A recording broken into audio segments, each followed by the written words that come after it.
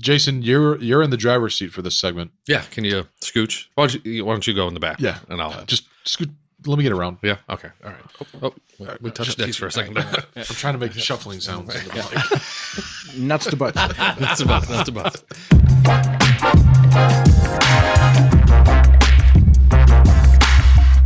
This is Jay Yeti Redding, your 2022 MP50 Clash of the Canyons champion, and you are listening to the Unstable Discourse.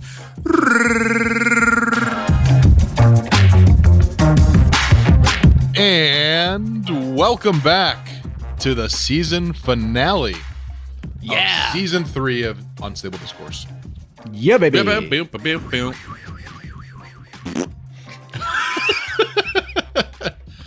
Yeah, feels weird to be back, to be honest. After listening to the last episode where Sheila was at the helm, I was like, why am I coming back? She's so good at this. She hasn't even listened to it. Yeah, how would she know? Yeah, she can't. Yeah. Also, we recorded that 56 weeks ago. Oh my God. Yeah.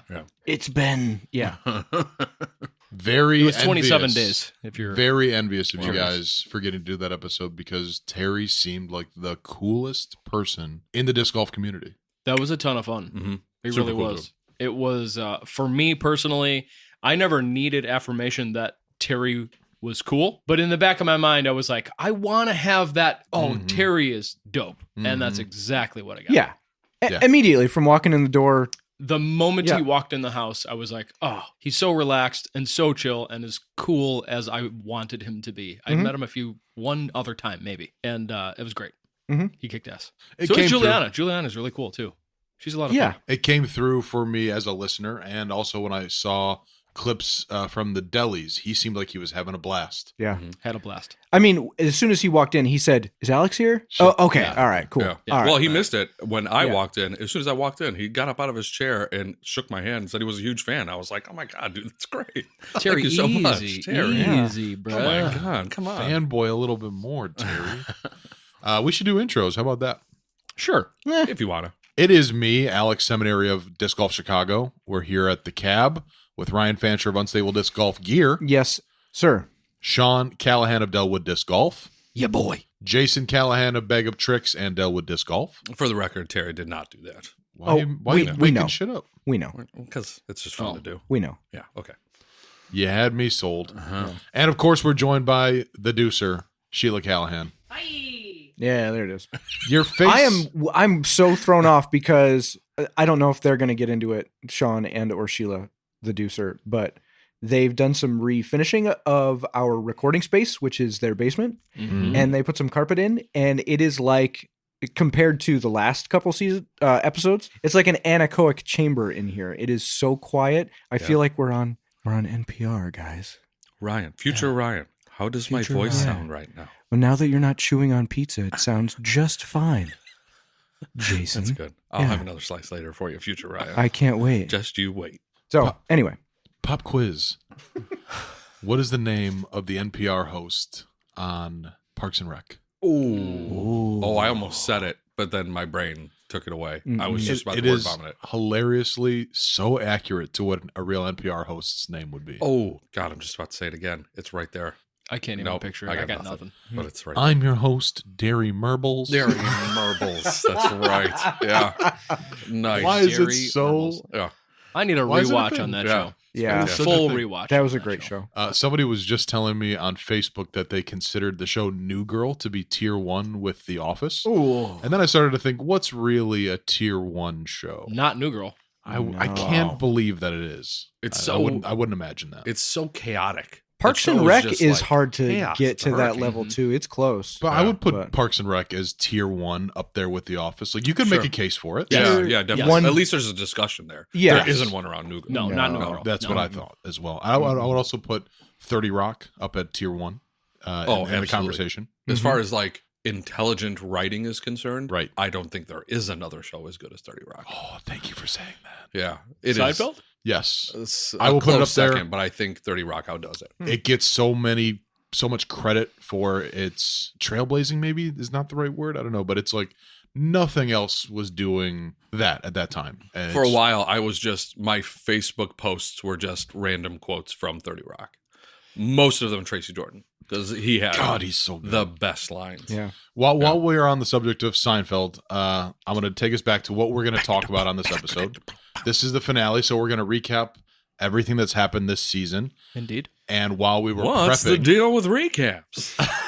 While we were prepping, we mentioned that around our 25,000th download, we did that giveaway for the Bushnell Bluetooth speaker, and the winner of that contest was Frolf Jerry. From What's the Deal with Frolf Jerry? Still my favorite Instagram account. Oh, it's pretty damn solid. That's very good. Yeah. But yeah, now Every time I log into the Unstable Discourse Instagram, it's like, boop, it puts it right at the top. It's the very first one. Nice. Yeah, same. I interact with it a lot. It's very good. It's very good. He gets stuff. a lot of likes. Yeah. But I'm bringing that up because you also mentioned that we had some milestones coming up. This is our 45th official episode.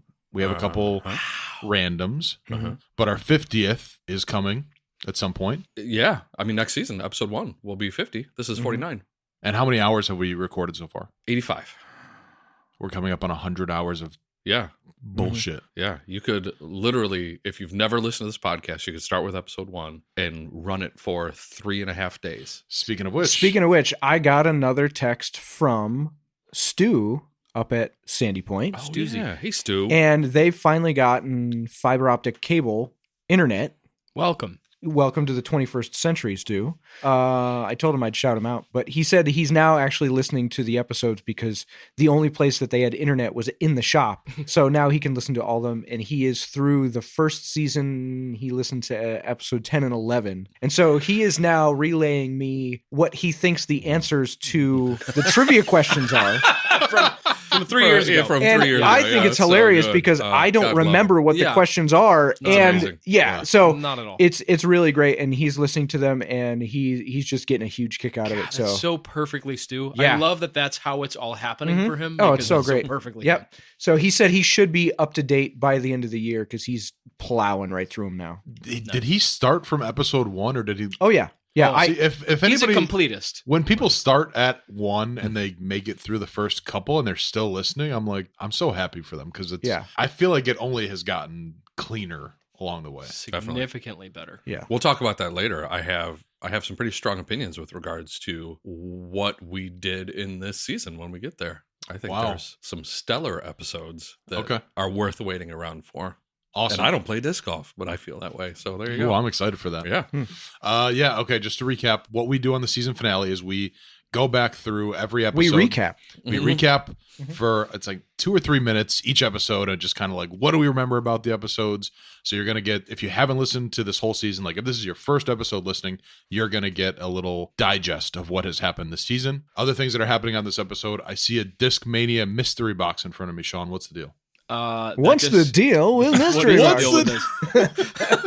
So Discmania, I'm an ambassador, as we all know. They hooked your boy up, and they sent me a mystery box. These just dropped, just the other day, I think, to public. So I don't know how many people have gotten them because I haven't seen too many people posting about their mystery boxes yet. Normally, in the past, I have had to purchase said mystery boxes, and I didn't have to this year. They got me one. They sent me one. Yo. So it is here, and I have not touched it. It is totally sealed. It is a fat box. Totally how many discs sealed. are in there, you think?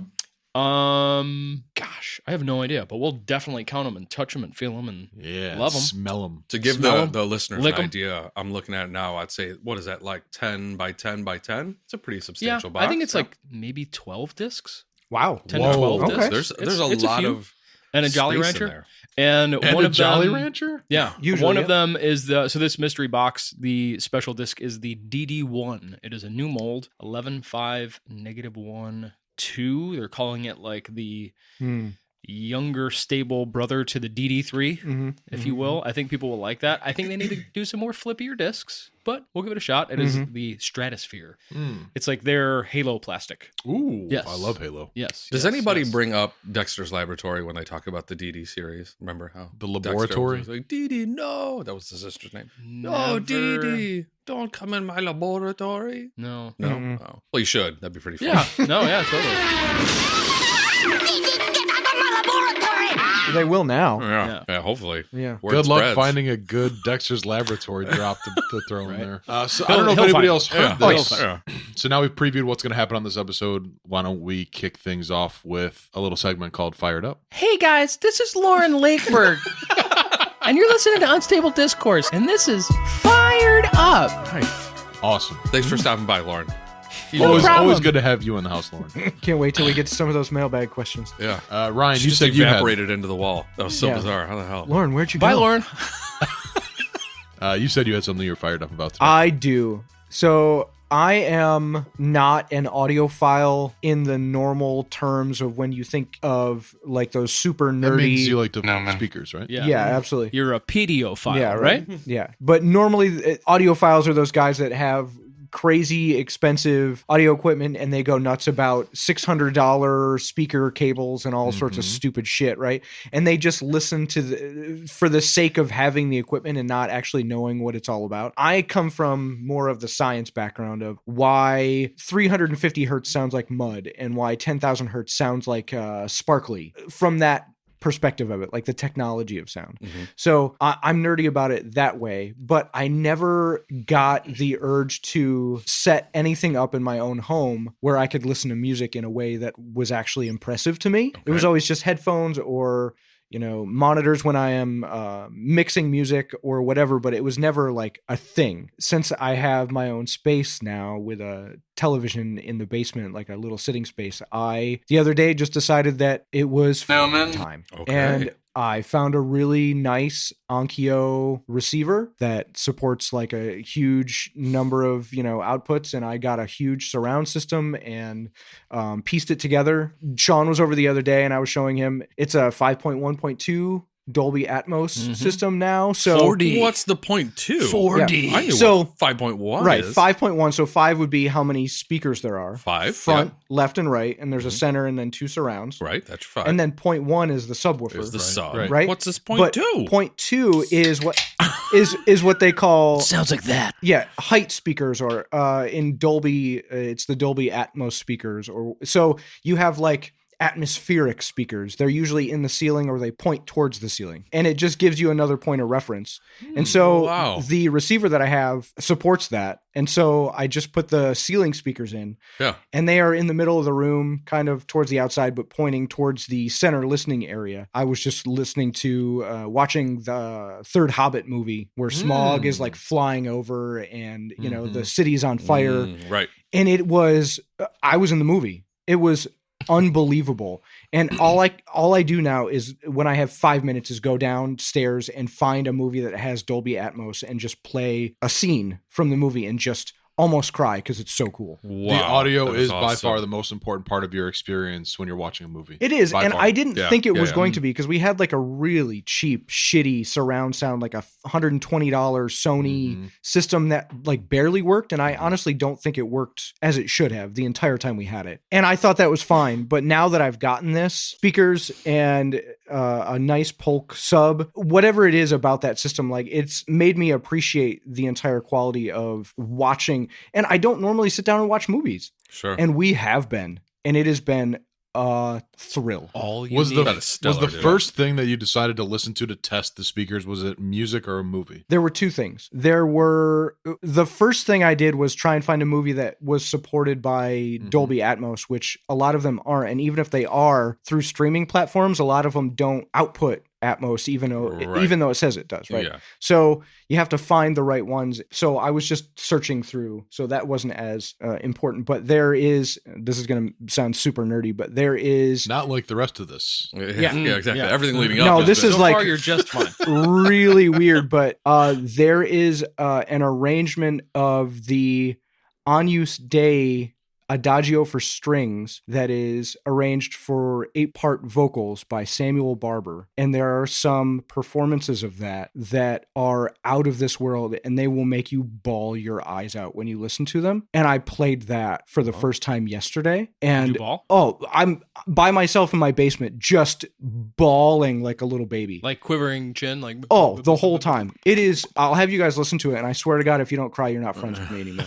Like, it's unbelievable. But to hear it coming from every point of the room and just being enveloped in the sound was just it's surreal. It's supernatural. So it's amazing. We are going to now make a point to we've now gone through all of the Star Wars movies from 1 through 3, and then the Orig Tridge. As Jason said, there's 2. Yeah, and then we're on the last one, The Rise of Skywalker. Now we're going to watch tomorrow. And they've just been phenomenal. It's just a little bits. It's like the TIE fighter. When it comes into the screen, you hear it before it enters the screen, right? From behind you and stuff like that. It just heightens the experience so much that I just can't stop. That's so great. Messing with it. So that's it. I love that you have been doing something for yourself. This is the first time that I've known you, since I've known you, that you usually the things that you're pumped about are things that you're doing and you like them, but you're doing them always for other people, or it's like woodworking where you want to do something for someone else, or it's screen printing, or it's something. This is like the first time I've seen you this excited about something that you are going to enjoy, and that makes me very happy. Yeah, that's probably true. And it's not only that, but I ran conduit in the ceiling to run all the speaker wire. I didn't just throw it in the drop ceiling, right?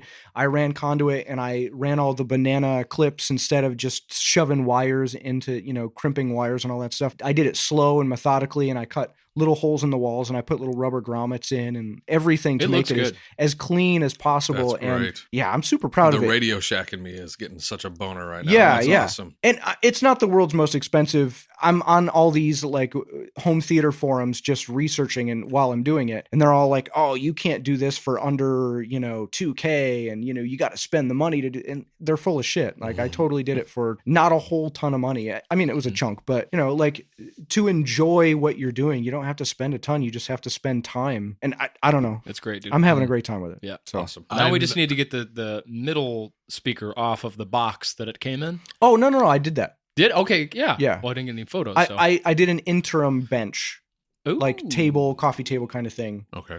So everything's sitting on that now. Center. Okay. Center channel. Oh. And Center. so, what movie? Yeah. Center. That's a movie? Cable guy. Oh. Yeah. We're playing porno password. Mm-hmm. Center. Nipple? Anyway, moving on. Penis. Vagina. Yes!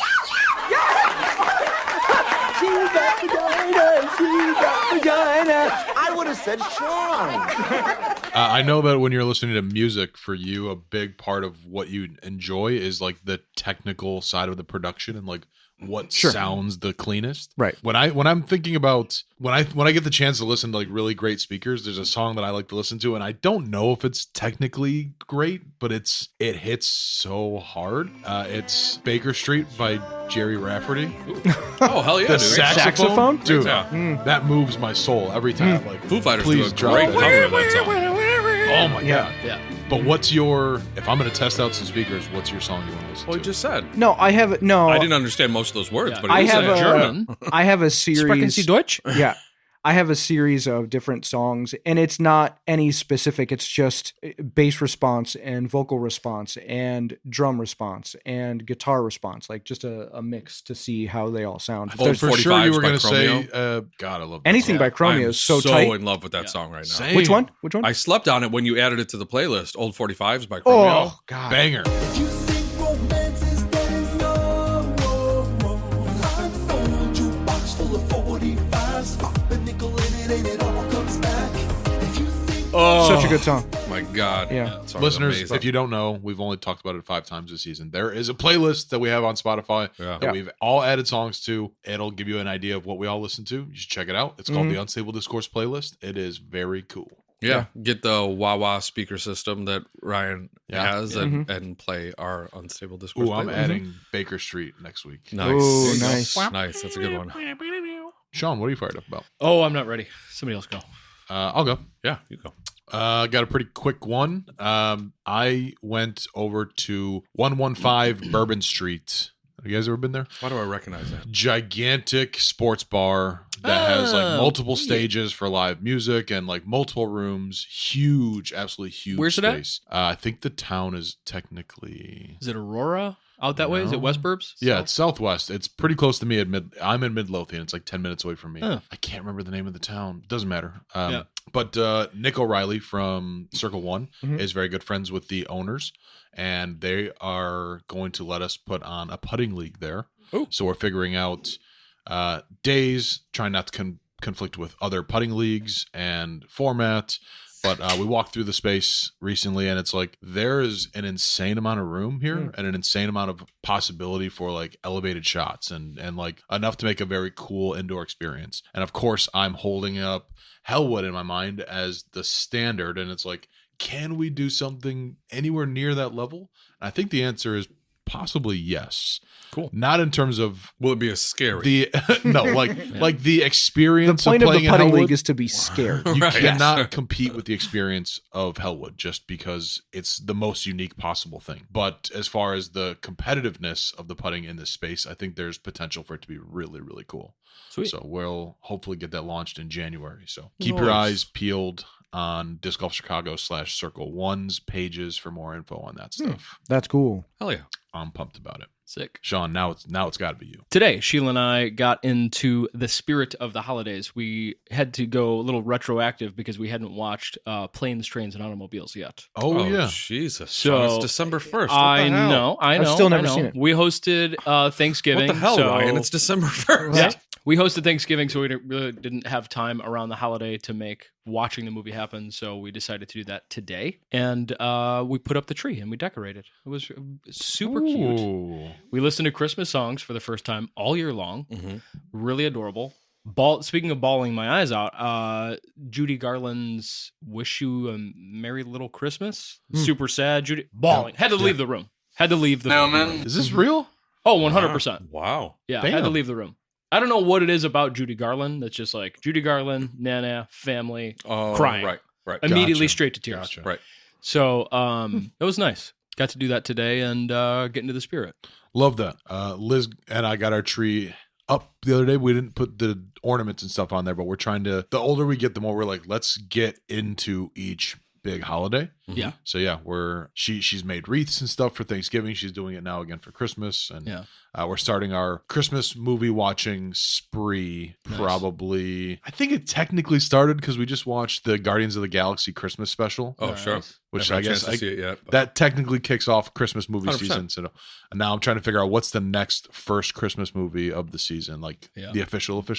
What's your official Christmas movie season start? Elf. I save Elf's Elf a for like fun one. the week of Christmas is when I watch Elf. Elf kicks it off for me. That's my favorite Christmas movie. It'll put me We've in the never mood done a for it. countdown, but yeah, there's definitely one. I mean, A Christmas Story, and there's that new sequel. Yeah. to that I Christmas Story want to check Christmas. out. Yeah, I want to It check that out. Looks seems they did it right in a lot of the good. original. Yeah, I saw a TikTok cast. earlier that was like, "Yo, they nailed Yeah. it." Like, Yeah. if you love the original, I saw an yeah. ad for it and I was like, oh, what a bummer. But it's going to be good? Yes, I big think time. so, Yeah. Okay. It's getting I the think praise. so. Yeah. Okay. Like it's appropriate to like when Ralphie would have been an adult from, because the original was in the 40s. right? So this takes place. That's what I didn't realize that Yeah. they explained in the TikTok. This takes place in the 70s. right. Oh, So cool. it's Cool, not okay. when Ralphie's All right. a man. Right, He's right, old right. age or whatever. It follows the line of the age of the character. Yeah, Love that. Yeah, so I'm sure there's a lot of like throwback humor from the 70s in there as well that Yeah. they peppered in. It's got to be great. Yeah. I have another mini bonus fired up, and this is going to shout out a member of the disc golf community. He's been mentioned a few times on the show. Kenny Slawson, Ugh. Slawdawg Airlines. Slawdawg. In case you don't know, released advent calendars with edibles in each day. Mhm. And I bought one. Wow. Okay. I'm so scared to eat even the first one. Oh, let you al- haven't eaten let that's alone today. From That's him, today. right? Today Yeah, is the first day, but Yeah, well, yeah. let alone eating We'd one know. every day. We'd be able to Yeah. tell if you You had have He wouldn't to. be here. Yeah, he wouldn't be here. He had Curl two up with a different ball of tiers. He had like the Slawdawg tier, and he had the beginner's tier. I took the cannot beginner's even tier, imagine. Oh my god. but yeah, Liz and I are planning to Flying high with Yeah. Slawdawg Airlines. right. Yeah. We've got the MA4 and the MA1. Yeah. I think when I get home tonight, Liz and I will split the first chocolate of our Good Slawdawg call. advent calendar. oh, nice. I bet that his MA4s are still 30 milligrams though. Like 25s. yeah. So he did 25s and 50s, and I'm like, people are going to be taking 50 milligrams every day for the next 25 Dude, days. I'd be What? laid out, dude. What? He doesn't even get out of bed for that. No. Totally. Nope. He laughed at me in a very condescending way when I told him, Oh, if yeah. I take 5 or 10 milligrams, that is more than enough for me. Yeah. It was like, Yeah. Cute. anyways, Oh, Kenny. Jason. Yeah, well, I mean, not to like bring it around on a downer, but Sean mentioned Judy Garland's Christmas song brought you to tears. My favorite Christmas song. There's a band called Low. LOW. They're from the UK. They have a song called Just Like Christmas that is hands down, like, give it a listen sometime. It is a fantastic Christmas song. It's super like lo-fi indie Christmas song, just has like this cool jangly thing to it. It was just like Christmas. But unfortunately, the lead singer passed away like a couple weeks ago. So it's a downer, but that's going on the playlist then, right? Great. Oh, 100%. Yeah. That's what we should do on Tuesday. We'll drop our favorite Christmas songs. That's what but I'll drop the 8-minute and 47-second Adagio for Strings. Yeah, well, we've mentioned 4 songs so far, so they all have to go on. That should be on the playlist. Yeah, definitely. But on that note, I don't have a fired up. What I have for you is a new segment, baby. Yes. Because not only is it the time of year for Christmas things, it is also Spotify Wrapped season, baby. It is. So we need to talk about how all of our Spotify Wrapped seasons went this year, because mine, I was very alarmed by some of the stuff that I saw in there that I didn't realize I had done in 2022. So I want to talk about everybody's Spotify Wrapped real quick. Yeah. Love it. Yep. Can I guess one of the things that you were alarmed by? Sure. Should I wait and let this unfold? No, I love it. Start with what you think I was surprised by. I think your top podcast listen was Unstable Discourse. So it would have been, had it not been for the fact, I don't know why I do this. It's a very specific thing. Podcasts play on Google Podcast. Music plays on Spotify. And that is how I deal with my... I have a separate app that I listen to podcasts on. It's Google Podcasts. So if I use Spotify, I'm sure Unstable Discourse would have been my number one. But it was not. But 60 Songs That Explain the 90s definitely was my number one podcast because it's a Spotify exclusive. Oh, that sounds awesome. It's the best podcast ever made. Second best. Have you never listened to that? No. Sorry, Rob. If you listen to this, it's second best. 80 episodes. Sorry, Rob? Rob Harvilla is the host of 60 Songs That Explain the 90s. Dude is very good. On another very interested. level. Let's get back to Spotify Wrapped because I was very intrigued by my top 5 because it says a lot about me as a person, but also how I've changed over the years. How you've grown? Yeah. So if everybody wants to pull up their Spotify and look at their Spotify Wrapped, so we can.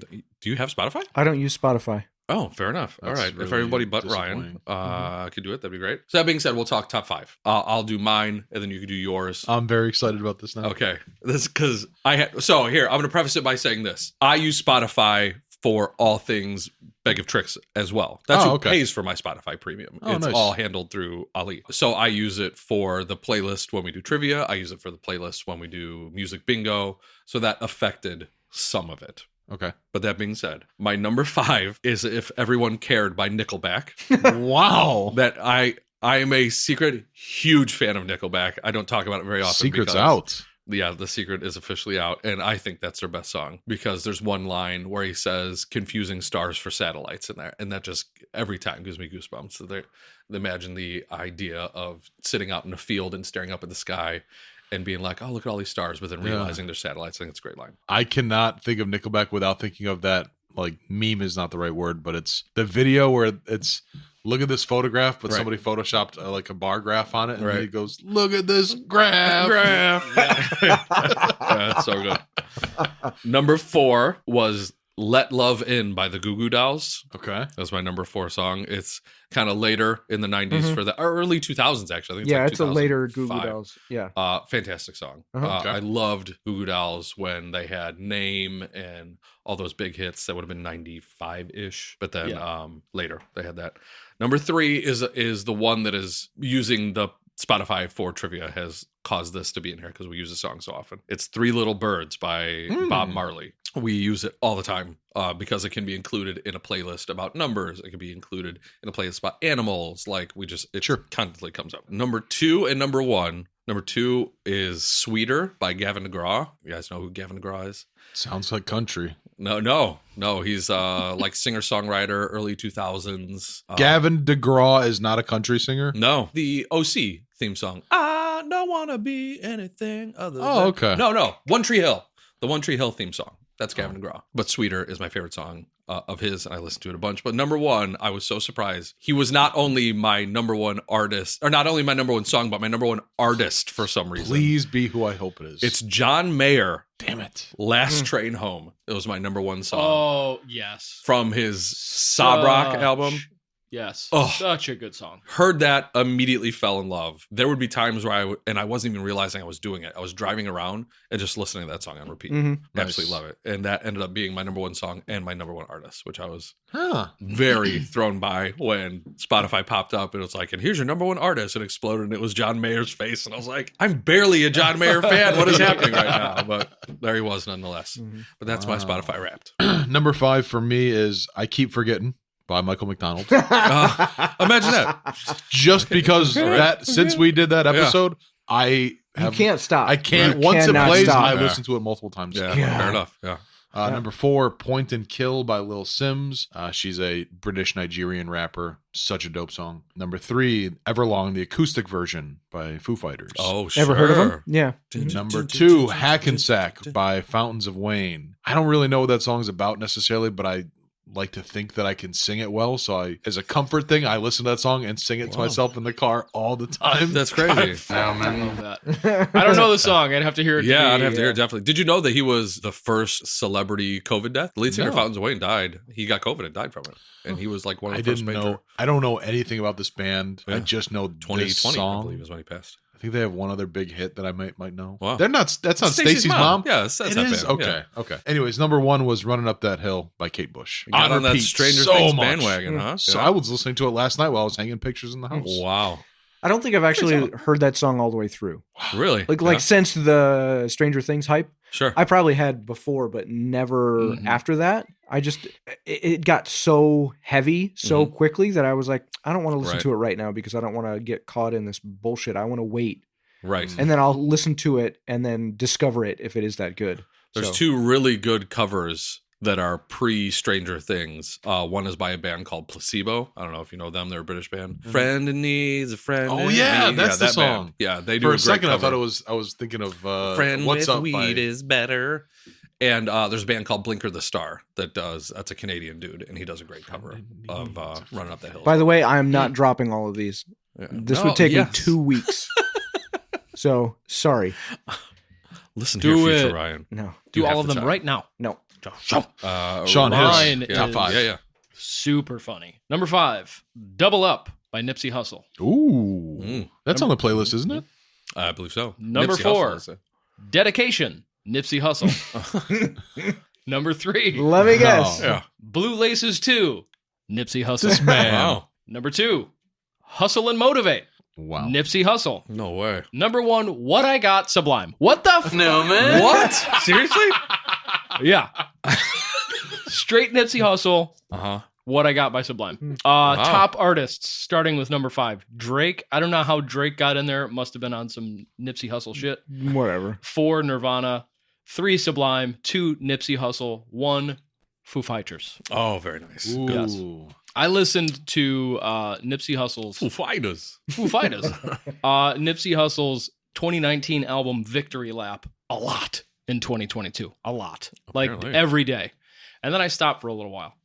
Is he a Chicago dude? Where's he from? Do you know? No, anything about him? he is a West Coast guy. I want to say Compton area as well. A lot of really cool. I mean, obviously some bad drug stuff before, but like once he got big, he was really into like giving back to the community and like doing a lot of really cool stuff. And then was murdered in 2019. Oh, unfortunately. shit. I didn't know. He's dead? I didn't realize that. Murdered, Oh, my God. yeah. Wow. And I like that was just an artist that was always just out of my listening range. And Yeah. then for whatever reason, this year I was like, I am going down the Nipsey Hussle rabbit hole. And I Right. was there for 6 straight months. He's been on my periph because of you, because you brought him up so many times, Yeah. but never ventured in. Yeah. It's good. All right, my number 5. No, I don't have one. Yeah. No. Come on, make it up. If you had Spotify Wrapped, what would your top 5 artists of 2022 Artists? be? Bruno Mars. No, it would be a lot of Chromeo. Okay. Everything they have just sounds so tight and polished Right. that it's just so great to listen to. So let me back up 1 second real quick. Mhm. If you're not using Spotify, how do you listen to music throughout the day? I use a lot of Pandora. And I will tell you why. And Alex has a huge problem with this, but I don't like the algorithm that Spotify uses to randomize based on what you're listening to. Okay. For me, it keeps getting so far away from where I started that I end up abandoning it. And I don't know why that is, right? I tried.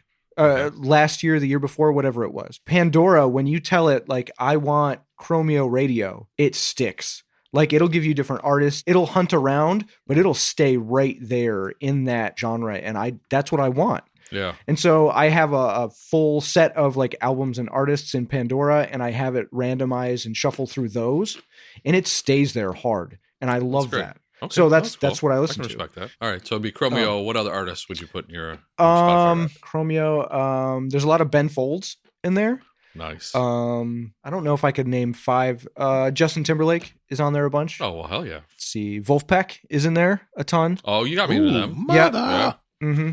And probably some, there's a lot of Funk Tower of Power. Yes. Is probably on there a bunch. Okay. And then Steve Winwood radio. Steve Winwood radio is hard. Like, there's a lot of, That'll just be like a straight month for me usually. It's just I'll go down that like 80s. Yeah, and Michael McDonald comes up on the Steve Winwood radio all the time. Yeah. But totally. You should probably get some Bruce Hornsby in there too, I would imagine. Oh, he comes up a bunch. Oh, yeah. God. All of that. So it's a mix, but I like Pandora because it sticks with those and doesn't go crazy. So I didn't answer this part before, but I'll do it real quick. Can you do it in the mic? Yeah, my top artists were number 5 was Foo Fighters. 4, Jack Johnson. That's my sleepy time music. It puts me in a nice, happy little mood when I'm going to sleep. It's banana pancakes to fall pancakes. That's a little too upbeat for sleepy time, but it's a good song anyways. 3, Sublime. 2, Coldplay, also on my sleepy playlist. Oh, wow. 1, Red Hot Chili Peppers. Okay. Nice. I listened to A Soul to Squeeze so many times this year. I cannot tell you how many times I listened to that song. Spotify probably can. Yeah, I can tell you exactly how many. Okay, that was a fun segment. Sure, it was fun. I think it's time we do the Cal Hallender Rundown. Absolutely is. 100%. This Cal Hallender Rundown unofficially brought to you by DiscGolfScene.com.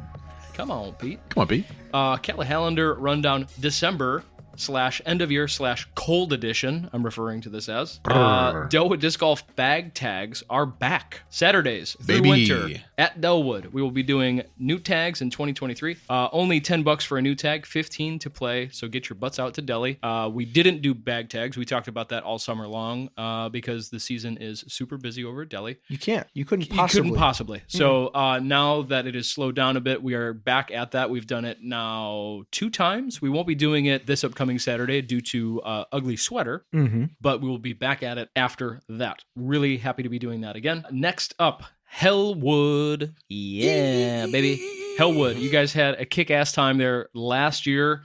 We were surprisingly invited back. Couldn't believe it, even though they dealt with Mitch for like 10 different times. Yeah. And we kept saying we're going to wait until after Halloween to reach out because obviously that's their busiest season. And like 3 days before Halloween, Kyle reached out to Sheila and was like, yeah, we want you guys back. So that was super cool. Yeah. We're going to be kicking things off on Friday, January 6th. And running every Friday in January and February, 8 total weeks. It will be a points league just like last year. We'll be redesigning a portion of the holes because they actually redesigned a portion of the haunted house itself. That's true. So we will be going there on the 16th and checking out what we have to change. I think we're going to have to change about 3 or 4 holes. So that'll be fun to explore that. The pre registration, if you recall from last year, we did a pre. It was very funny to keep calling it a pre. For you, maybe. It's making me laugh. Jason's laughing. So the pre-registration for all 8 weeks will be going live on December 30th, where you can prepay and lock in your spot for all 8 weeks without having to sign up each week. If you recall from last year, that's how we did it. Every Tuesday, it went live for the upcoming Friday. You paid $10 on Disc Golf Scene and then $15 in person cash when you were there. So $25 total. So keep an eye out for more information rolling out about the pre and registrations for Hellwood.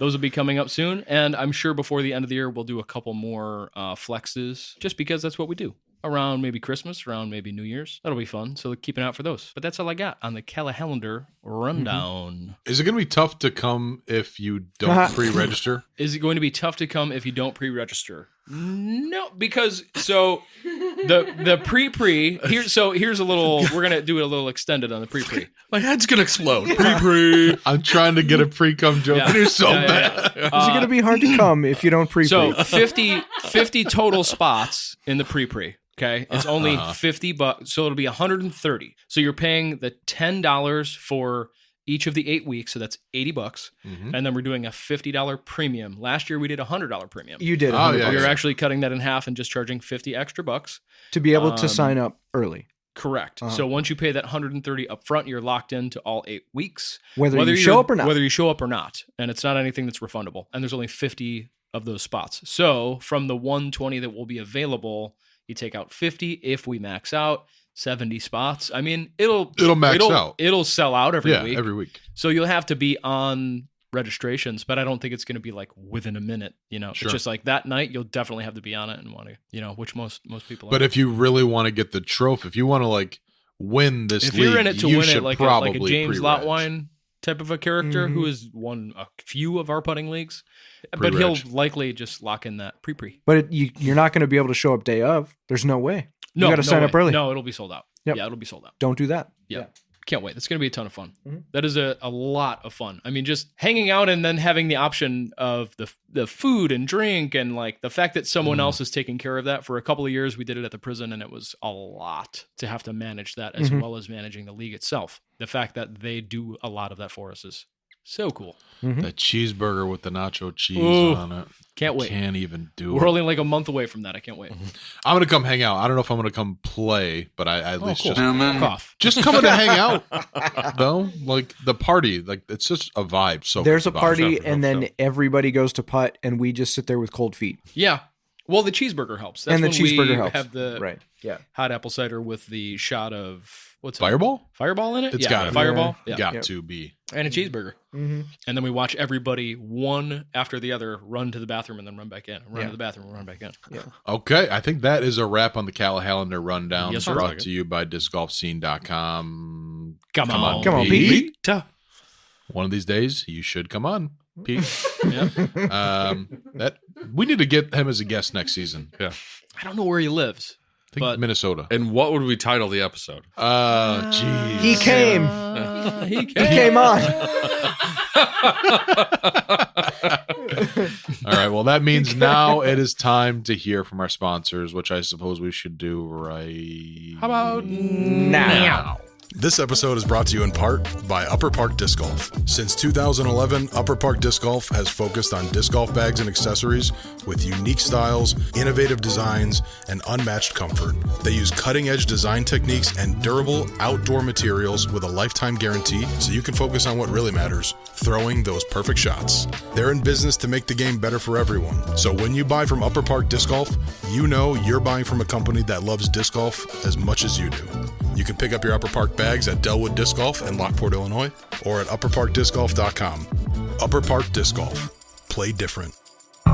Hey guys, it's Andy O'Day, AO the Mortgage Pro, here to help with all your mortgage needs. I work with over 15 different lenders, so whether you're looking to buy a home or refinance, if you got perfect credit or even not so perfect credit, I will find a product and the interest rate that fits you best. We can do all the normal conventional FHA, USDA, and VA loans, but we have cool products like no income loans, investment loans, even renovation loans. As always, if you mention Unstable Discourse, you'll get a choice, either a free appraisal credit up to $500 or a travel basket. Shoot me a message and we can get this conversation started. Also, listen to my podcast, Amortize This. You'll learn more about the industry, my team, and our amazing guests. You guys can find me on all social media platforms at AO The Mortgage Pro, and check out my website, aothemortgagepro.com. Hey, Disc Golf family, it's Andrew Weary with Redemption Disposal and Recycling. If you need a dumpster, we are your go-to local contact. Are you getting a new roof, remodeling your house, or doing some landscaping? Maybe you're just looking to get rid of the old junk to make room for your new hyzer racks and disc golf gear.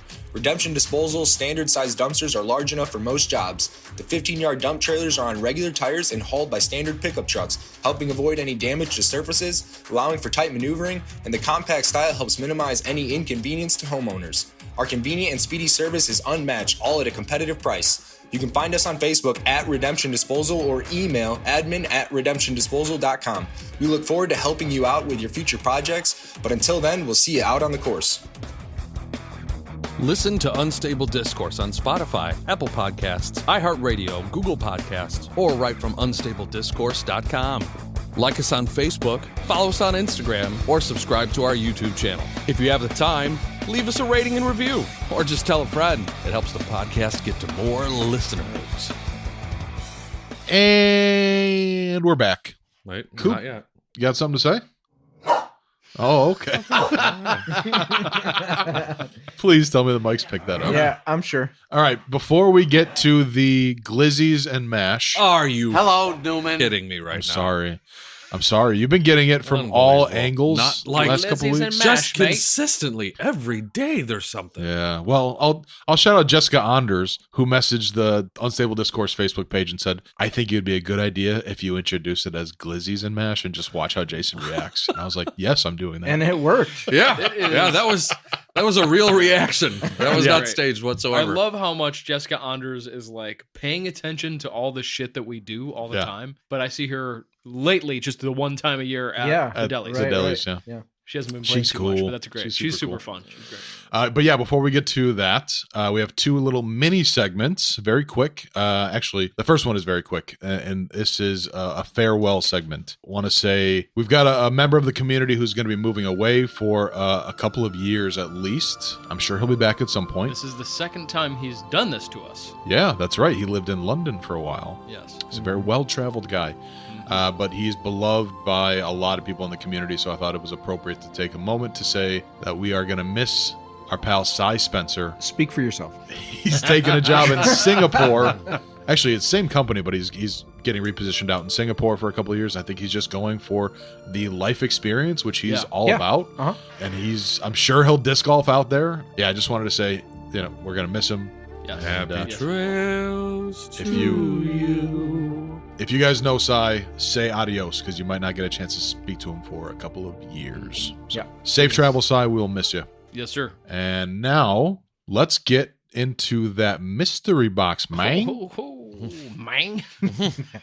All right. Channeling your inner So, Guzzo. we will open up this mystery box, and we will pull them out one at a time, and we will discuss and feel and pass around. Like I said, there is one very specific disc in here. Everything else, where's the rest? Maybe you should have prepped by figuring out how to open the box. No, because then we wouldn't have. This is good content. This is great. Listeners, Sean is Look at what he's doing, guys. He's rotating the box around, looking for the point of entry, looking for the weak spot. Normally, I just don't know what side is up. It's a mystery.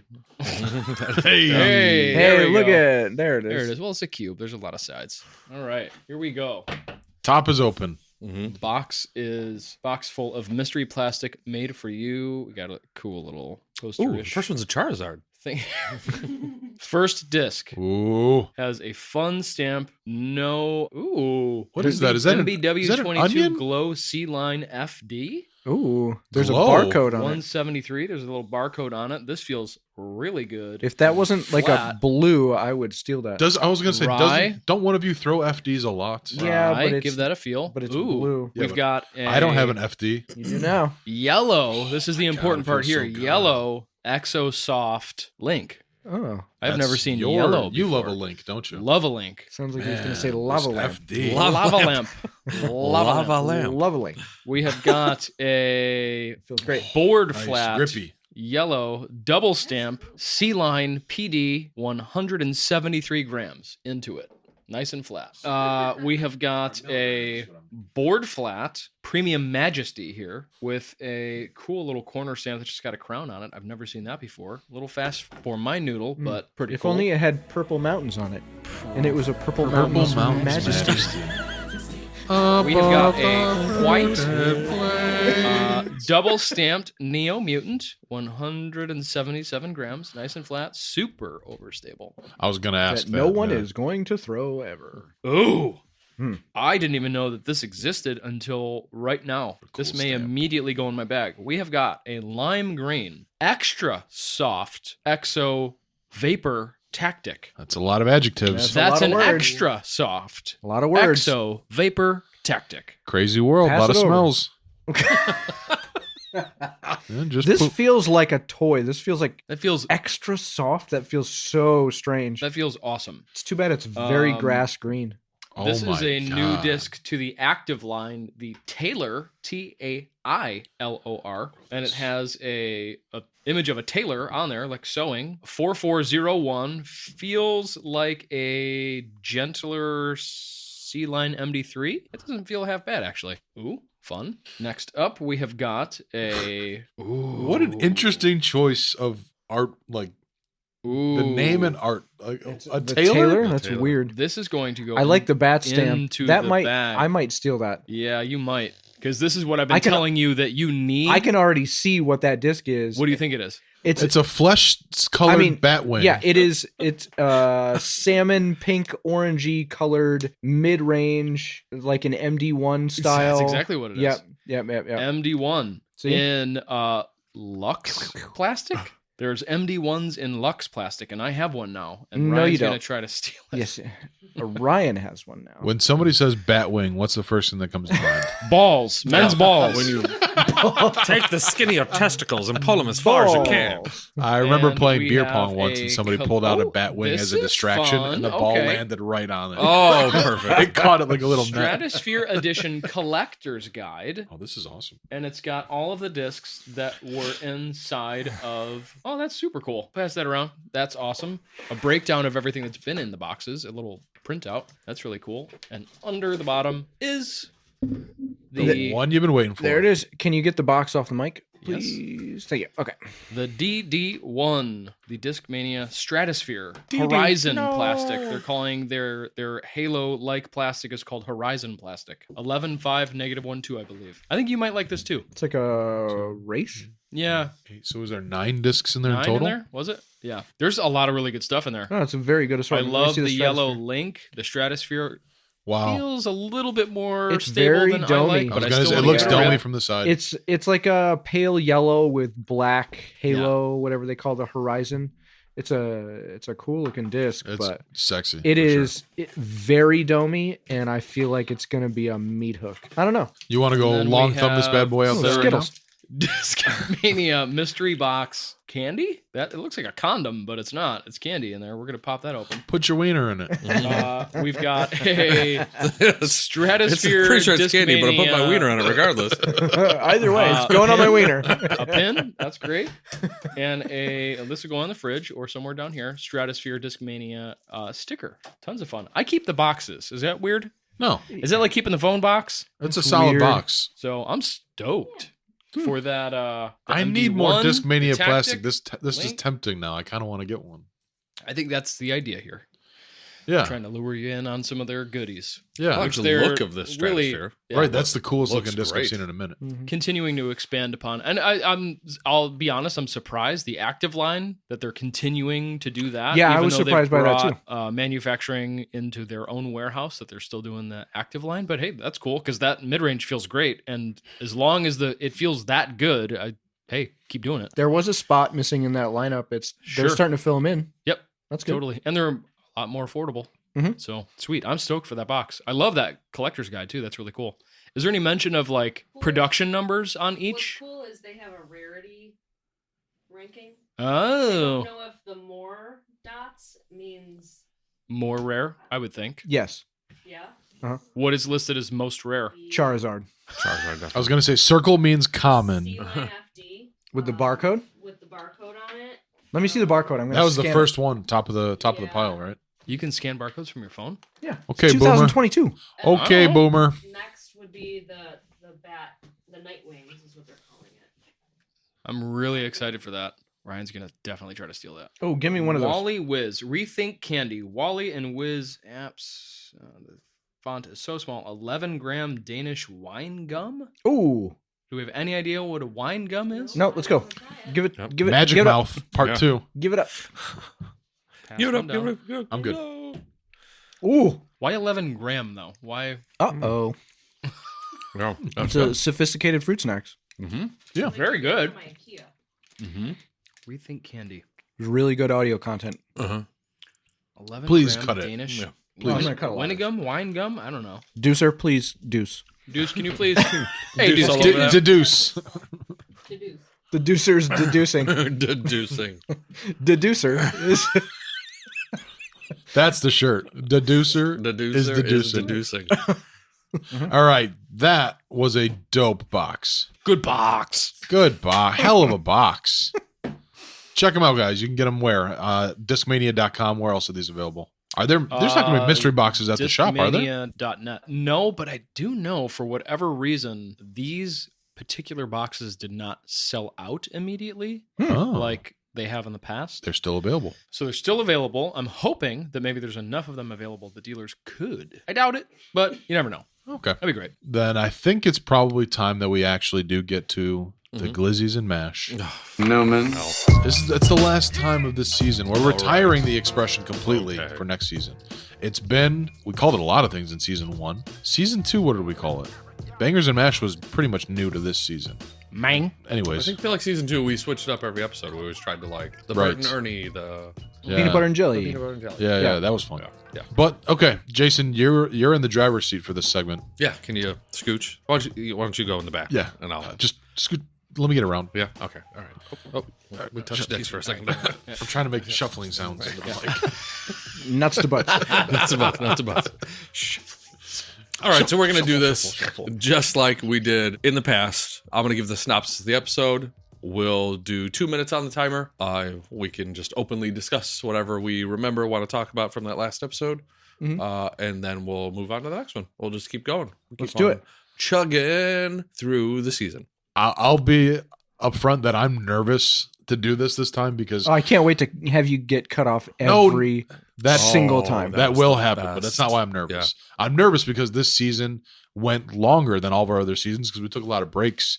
So, I mean, literally, we started recording February, I think. So it's been almost a year, and some of these earlier episodes, I'm like, what happened on Don't worry. We'll get into it. So season 3, episode 1 was titled A 3 to Diss a 3. Do you guys remember? I came up with that name and it was brilliant. I remember you came up with it, but I don't remember why. What did it mean? It's just a play on agree to disagree. Oh, because it was a 3, the third season. It was the third season. A 3 to diss a 3. The boys are back, baby. From the boardroom at 933 above Ember's Tap House in Lockport, Illinois, the guys have finally decided they like each other enough to get things back on track for season 3. It's just the 4 of them on the mics this time, accompanied in studio by the ever-present Sheila Callahan and Lauren Lakeberg. Discussion meanders through all topics, including what we missed since the end of last season and what we can expect from 2022. The guys get way too deep into the financials of disc dying. I remember that specifically. Yeah. And ask, we were hating. And ask for help from the Honorable Judge Jason. Sean takes the lead on analyzing this year's UDisc course stats and the top 10 courses in the world. Alex talks Fight Club, Ryan likes girls, and Jason tells us about the new greatest show of all time. Discuss. 933, first of all, when was the last time that we recorded anything at 933? It had to have been episode 2 or 3. Yeah. It was early on. Yeah. Well, we've fallen in love with the cab now. Yeah. Sure. This feels the rightest of all the rights to be here. Yeah. What was the greatest show you were talking about? Yeah, I cannot recall. Whatever show he was watching. They're all whatever that's you watch the joke. is the best greatest show. Yeah. We went hard in the paint on the disc dying. We talked about that. We threw the whole concept under and the I bus. stand by it. I'm going to die on that hill. I'll die. I have that conversation constantly at the shop. I'll die on that hill. Yeah, there's it's no fun. way. Keep it only fun. There's too many people trying to. So you still think trying to make a business out of it is a fool's errand? Total nonsense. Trying to make a full-time business out of it is nonsense. Do it on the side and sell some discs, get some money back to buy some more discs. Do you think that could ever change in the future? No. Feels like something that's only going to get worse. It's not going to get better. Yeah. Because there's more people doing it? Yeah. I mean, that is my biggest hang-up is that everybody that does it, and I know a lot of people that do it, and there's a lot of people that do it that I really like. It's not that I don't and like they do these it well. particular yeah, people. There's some very talented people. It's fine. Just you're all doing the same thing. Sure. You're all doing the same type of saturated. Shit. It's very, very saturated. Mm-hmm. This was definitely pre the Deucer. She was getting warmed up on the Deucer. You were starting to do things, but do you remember what episode you became she was the official? Starting it's in to the synopsis. Deuce. We'll get there. Okay. The exact episode, yeah. She was starting to deuce. Right. But not. She hadn't had her first pre-deuced. It was crusted. Yeah, she just hadn't produced anything yet.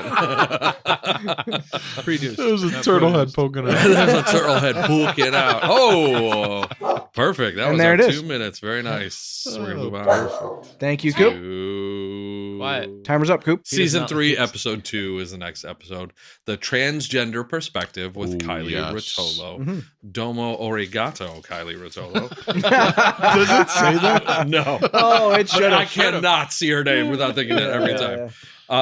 The guys are back in their usual digs at the boardroom across from the unusually active 933 above Ember's Tap House. Mm-hmm. They bring in fellow disc golfer Kylie Rotolo to discuss the landscape of transgender disc golf and the spotlight meant for the FBO player Natalie Ryan during her play at the Las Vegas Challenge. Kylie shares her personal experience with transitioning from male to female and brings context to controversy that follows transgender players in sporting events. Meanwhile, Sean sucks down too much hot sauce and Alex invites everyone to his roller skating birthday party. Ryan's mic decides to not work for a large portion of the episode, and you can take Jason out of Texas, but you apparently can't take the Texas out of Jason. That's it. What? I have no idea. You kept talking about Texas for some reason. Yeah. Really? You brought Texas up very many times. A lot? Yeah. Oh, because you thought she was from Texas?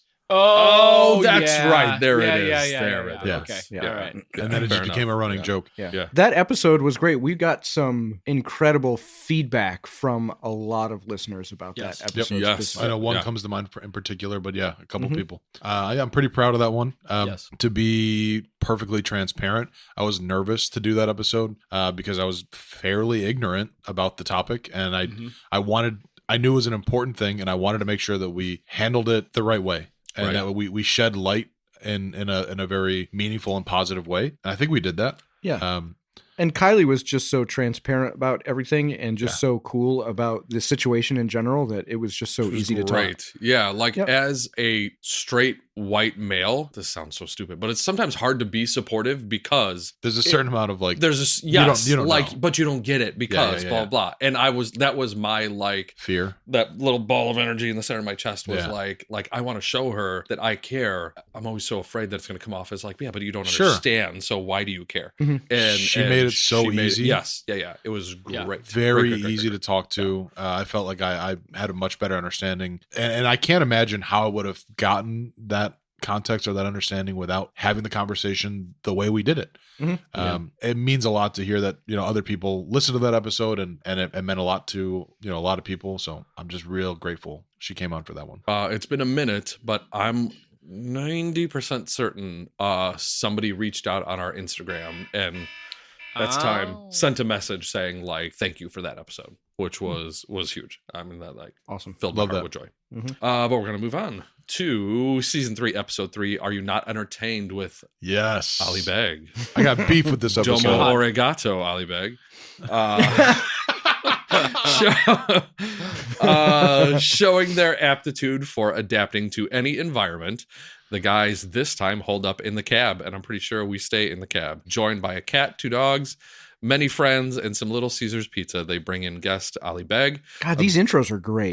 You do crush these. Sidebar. Honest to God, I forget about writing these. They're so good. Very good. Yes. Anyway, go ahead. Yeah. Props to Fanny. They bring in guest Ali Beg of Begatrix Entertainment. The art and nuance of trivia is discussed, and Ali himself hosts a mini round of trivia. They also take a trip back to 93 and dump a bag of Pogs onto the table, as well as introduce their own version of a March elimination bracket with a game called Merch Madness. Meanwhile, Sean feels like going back into hibernation. Alex is preparing to look his freshest once the weather turns. Jason has had it with wine moms, and Ryan has a run-in with quick sticks. Let's talk about it. Okay, so I had beef with this episode. I showed up prepared for another vodka trivia episode. I prepared to get picked up. I had a ride planned and everything, and then we ended up not doing that. And so the first part of the episode, I was salty, and then it was washed away by Ali being so damn funny and just cool that I was like, I don't care what we're doing because I just want to hang out with him. Changes the mood, definitely. He had a crazy outfit on. I don't remember exactly what overalls. It was, I think he had overalls. He had overalls. You're right. It was a little one-off. He had a bag of tricks. He had a bag of tricks. He legit had a bag of tricks. He pulled out Pogs and all kinds of shit. Yeah. And Sonic the Hedgehog. Fruit snacks. Was there Yes. Yeah. Oh yeah. Yeah, all kinds of stuff. That was so let's, since it just came up in this episode, we're going to talk about it in the future. But what did you guys honestly think? Because I was the one that kind of like pushed for Merch Madness. Did you? Oh, I know there was resistance Merch at the Madness. beginning. Do you think that's something we could do in the future? Did you Yes. like it looking We back? had fun with it. It was fun. Yeah, I loved it. 100%. Yeah, okay. Yes. All right, cool. I think got the way big plans for that as long as everybody's on board. Yeah, as long as there's like room for actual debate, because I think we had a couple of things that were matched up against each other that was like, there's no way it's not going to be this item is going to win. Yeah, sure. So as long as there's room for genuine debate, I think it's a fun, very fun way. I was to do pleasantly surprised with the conversation that came from what Yes. what would have totally been goofy, maybe in someone else's context, but for us, we made it fun, and it was very. Having Ali weigh in on all those things too was without so knowing what hilarious. happened. Absolutely. Yeah. And I like that we continued that with like the guests. Yes. As we kept narrowing it down, the guest was allowed to weigh in on it as well. I thought it was a good approach to it. So many Is that times. like our first non-disc golf guest? Non-disc golf centric guest? Sure. Yeah. I Probably. believe so. Probably, right? I guess the next closest one would have been Brando, but he's disc golf. Yeah. But Yeah. Definitely. Yeah. But we're going to move on. Season 3, episode 4, 1,000 Rated Friends with Anthony Guzzo. Brought to you once again from the boardroom at 933. Oh, fair enough. We did go back. We didn't stay in the cab. Guzzo was... Guzzo was definitely got too drunk. Why did we... Yes, in the boardroom with the us. boy had a few. Let's see. From the boardroom at 933 above Ember's Tap House in Lockport, the guys invite Anthony Guzzo to hang out, have some drinks, and maybe give a few life lessons. He is a life coach, founder of Everyday Coffee, the host of the Everyday with Anthony J podcast, and self-proclaimed Wreck for Life disc golfer. In this episode, we get into some heavy topics centered around the mental aspects of disc golf, as well as looking inward, self-reflection, and self-worth, and how to apply that to the game of disc golf and life in general. Also in the episode, Alex has had it with trade show can koozies, while Sean is starting a new venture with some feathered additions to Callahan Acres. The baby. Jason can't forget how much of a jam the Michael McDonald hit is. Ooh. Did you see? And Ryan has Can't too forget. many things to be fired up about. That's Let's a lot. discuss. Yeah. I love that the Michael McDonald was part of the like synopsis of this episode. Yes. It literally colored my year. It was the number 5 most listened to song for me of That the year. wasn't one of my top 5 artists, but I bet I listened to that song 70 times since then. Absolutely. That was a fun episode with Guzzo. We were talking about it earlier. I think that there were many times where Guzzo had great points. He had a lot to drink that day. I'd love to have Guzzo back on the show because I like me some Guzzo. He's an awesome The best dude, energy. a great energy to be around. I think that was maybe a little bit nervous and pouring whiskey on the nerves to try to help, and maybe a little bit. But I Did think you that come up with that? Pouring whiskey on the nerves? Yeah. That's pretty good. Oh, that's good. You also came up with the title of the episode, 1,000 Rated Friends. Yeah. We were like trying to like wrap it all up towards the end of the episode. Yeah. And you used the expression 1,000 Rated Friends, and it just like washed over me like that felt so good. That is definitely the name of this episode. And I have to say, for me personally, Guzzo, I mean, he's got much closer friends, but it's been awesome getting to know him more and more since the episode. We've spent a lot of time around each other, golf together, and done a ton of the events. So it's just such a rad dude. Same. Like Every time I've seen him a couple times since, and he makes sure he comes in and gives that awesome bro hug and stuff. And I'm like, oh god, yes, he does. I'm always into any conversation around mental health. This was a tough year for me, like mental health wise, and I think the conversation that was had with Guzzo helped motivate me to like get a professional to start talking to, and I am in a much better place than I was earlier this year. So that episode was really important for me, honestly. Wow, oh yeah, that's good. Yeah. You guys are really nailing it down. Yeah, my God. And you can. I every feel like I time- can see a timer in my mind. Yeah, exactly. I want to. I can see it in- When bad. are you starting it? Are you starting it? He's done reading. Okay. Yeah. Because I was watching your thumb. Like, did you already? I can see it because she looks down and then she'll look up, but as it gets closer, she starts doing that faster. Yeah, the fast. Like, And if it's like 1 second up, 1 second down, You and have I'm to like, flick your oh, eyes. we got 10 seconds left. Yep, I can already see. So now she's going to be like this. Yeah. She's gonna turn staring. into like a goddamn statue. Yeah. Like, I can't move my eyes. All right, we're gonna move on to a pivotal episode. Season 3, episode 5. We are the Little League with Clayton. Hell yes. Bielfus. Domo arigato, Clayton Bielfus. The guys are surrounded by animals in the cab as they bring in the rooster himself, Clayton Bielfus of the Skulls Disc Golf Brotherhood. He brings to light a recent and particularly unfortunate interaction with a particular local disc golf department concerning a particular beloved disc golf tournament. They all discuss how important the relationships are with our disc golf courses, landowners, parks departments, and local communities, and what can be done in the future to form a better bond for all involved. Alex is surprised and impressed with Clayton's meat. Sean gets deep into dumpsters. Ryan explains how tournament financing works and why he's stinking rich. And Jason brings up a dark secret story that has to be heard to be believed. What an episode. Discuss. Wow. 2 minutes cannot possibly contain. Yeah. First of all, this is Jolene. This is Jolene. This is Jolene. Yeah, that was, I'm going to say it, top 5 funnier moments of my life. They made the top 5 moments of your life, yeah?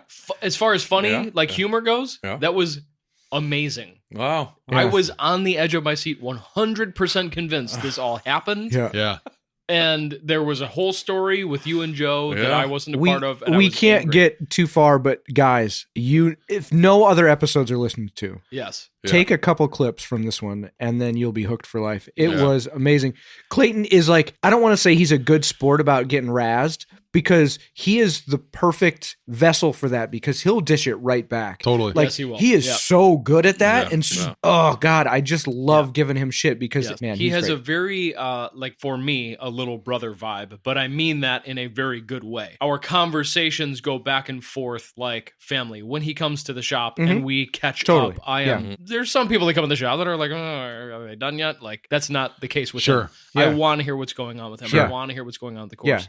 Immediately comfortable. And he loves to talk about disc golf. And it is, he's just got such a great energy. That was another really important episode, I think, as far as the main content goes, like talking about the relationships with the park districts and what is the PDGA doing, what are they not doing, what needs to happen for the sport. The Bangers and Mash was a very important issue. Great conversation. Yeah. That was huge. Yeah. And he is still kicking ass out at Crest Creek as well. Like, has done many things out there since that episode. Of course, Too Farty was one of my biggest laughs. One of my biggest laughs of the season. That's great. The timing was impeccable. Yep. Mm-hmm. Yep. I didn't know that he had that like reserved and ready, and he just right blew in the chamber all over the table. Yep. Yeah. Too farty. All right, we're at season 3, episode 6 next. But before we get to that, I said earlier that I had not a hot take, but I wanted to discuss what happened in this season. I have listened to many podcasts like from the beginning. You know, I always go back to episode 0 and kind of start.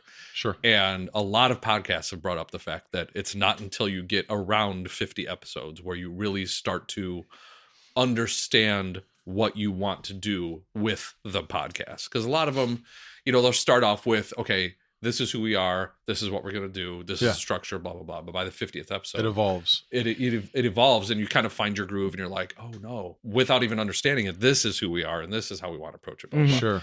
I feel like at that episode, at Clayton's episode, I think our dynamic kind of shifted a little bit. Because for the rest of the season, I think they're the most informative, funny, and interesting episodes that we had done to date, as far as I'm concerned. Like from the outsider's perspective, I think we start to get into what we want to do with this. Like we're always talking, grow the sport, grow the sport, grow the sport. That's it. Like now we've found that like having the conversations that how do we bring more disc golfers to us? Like they're there, they just don't know they're a disc golfer yet. That all started with Clayton's episode and continued after, because all the conversations start to become, my brain was clicking in and I'm like, oh yeah, I don't play this, but I get what they're talking about. And I feel like people that don't play would do the same.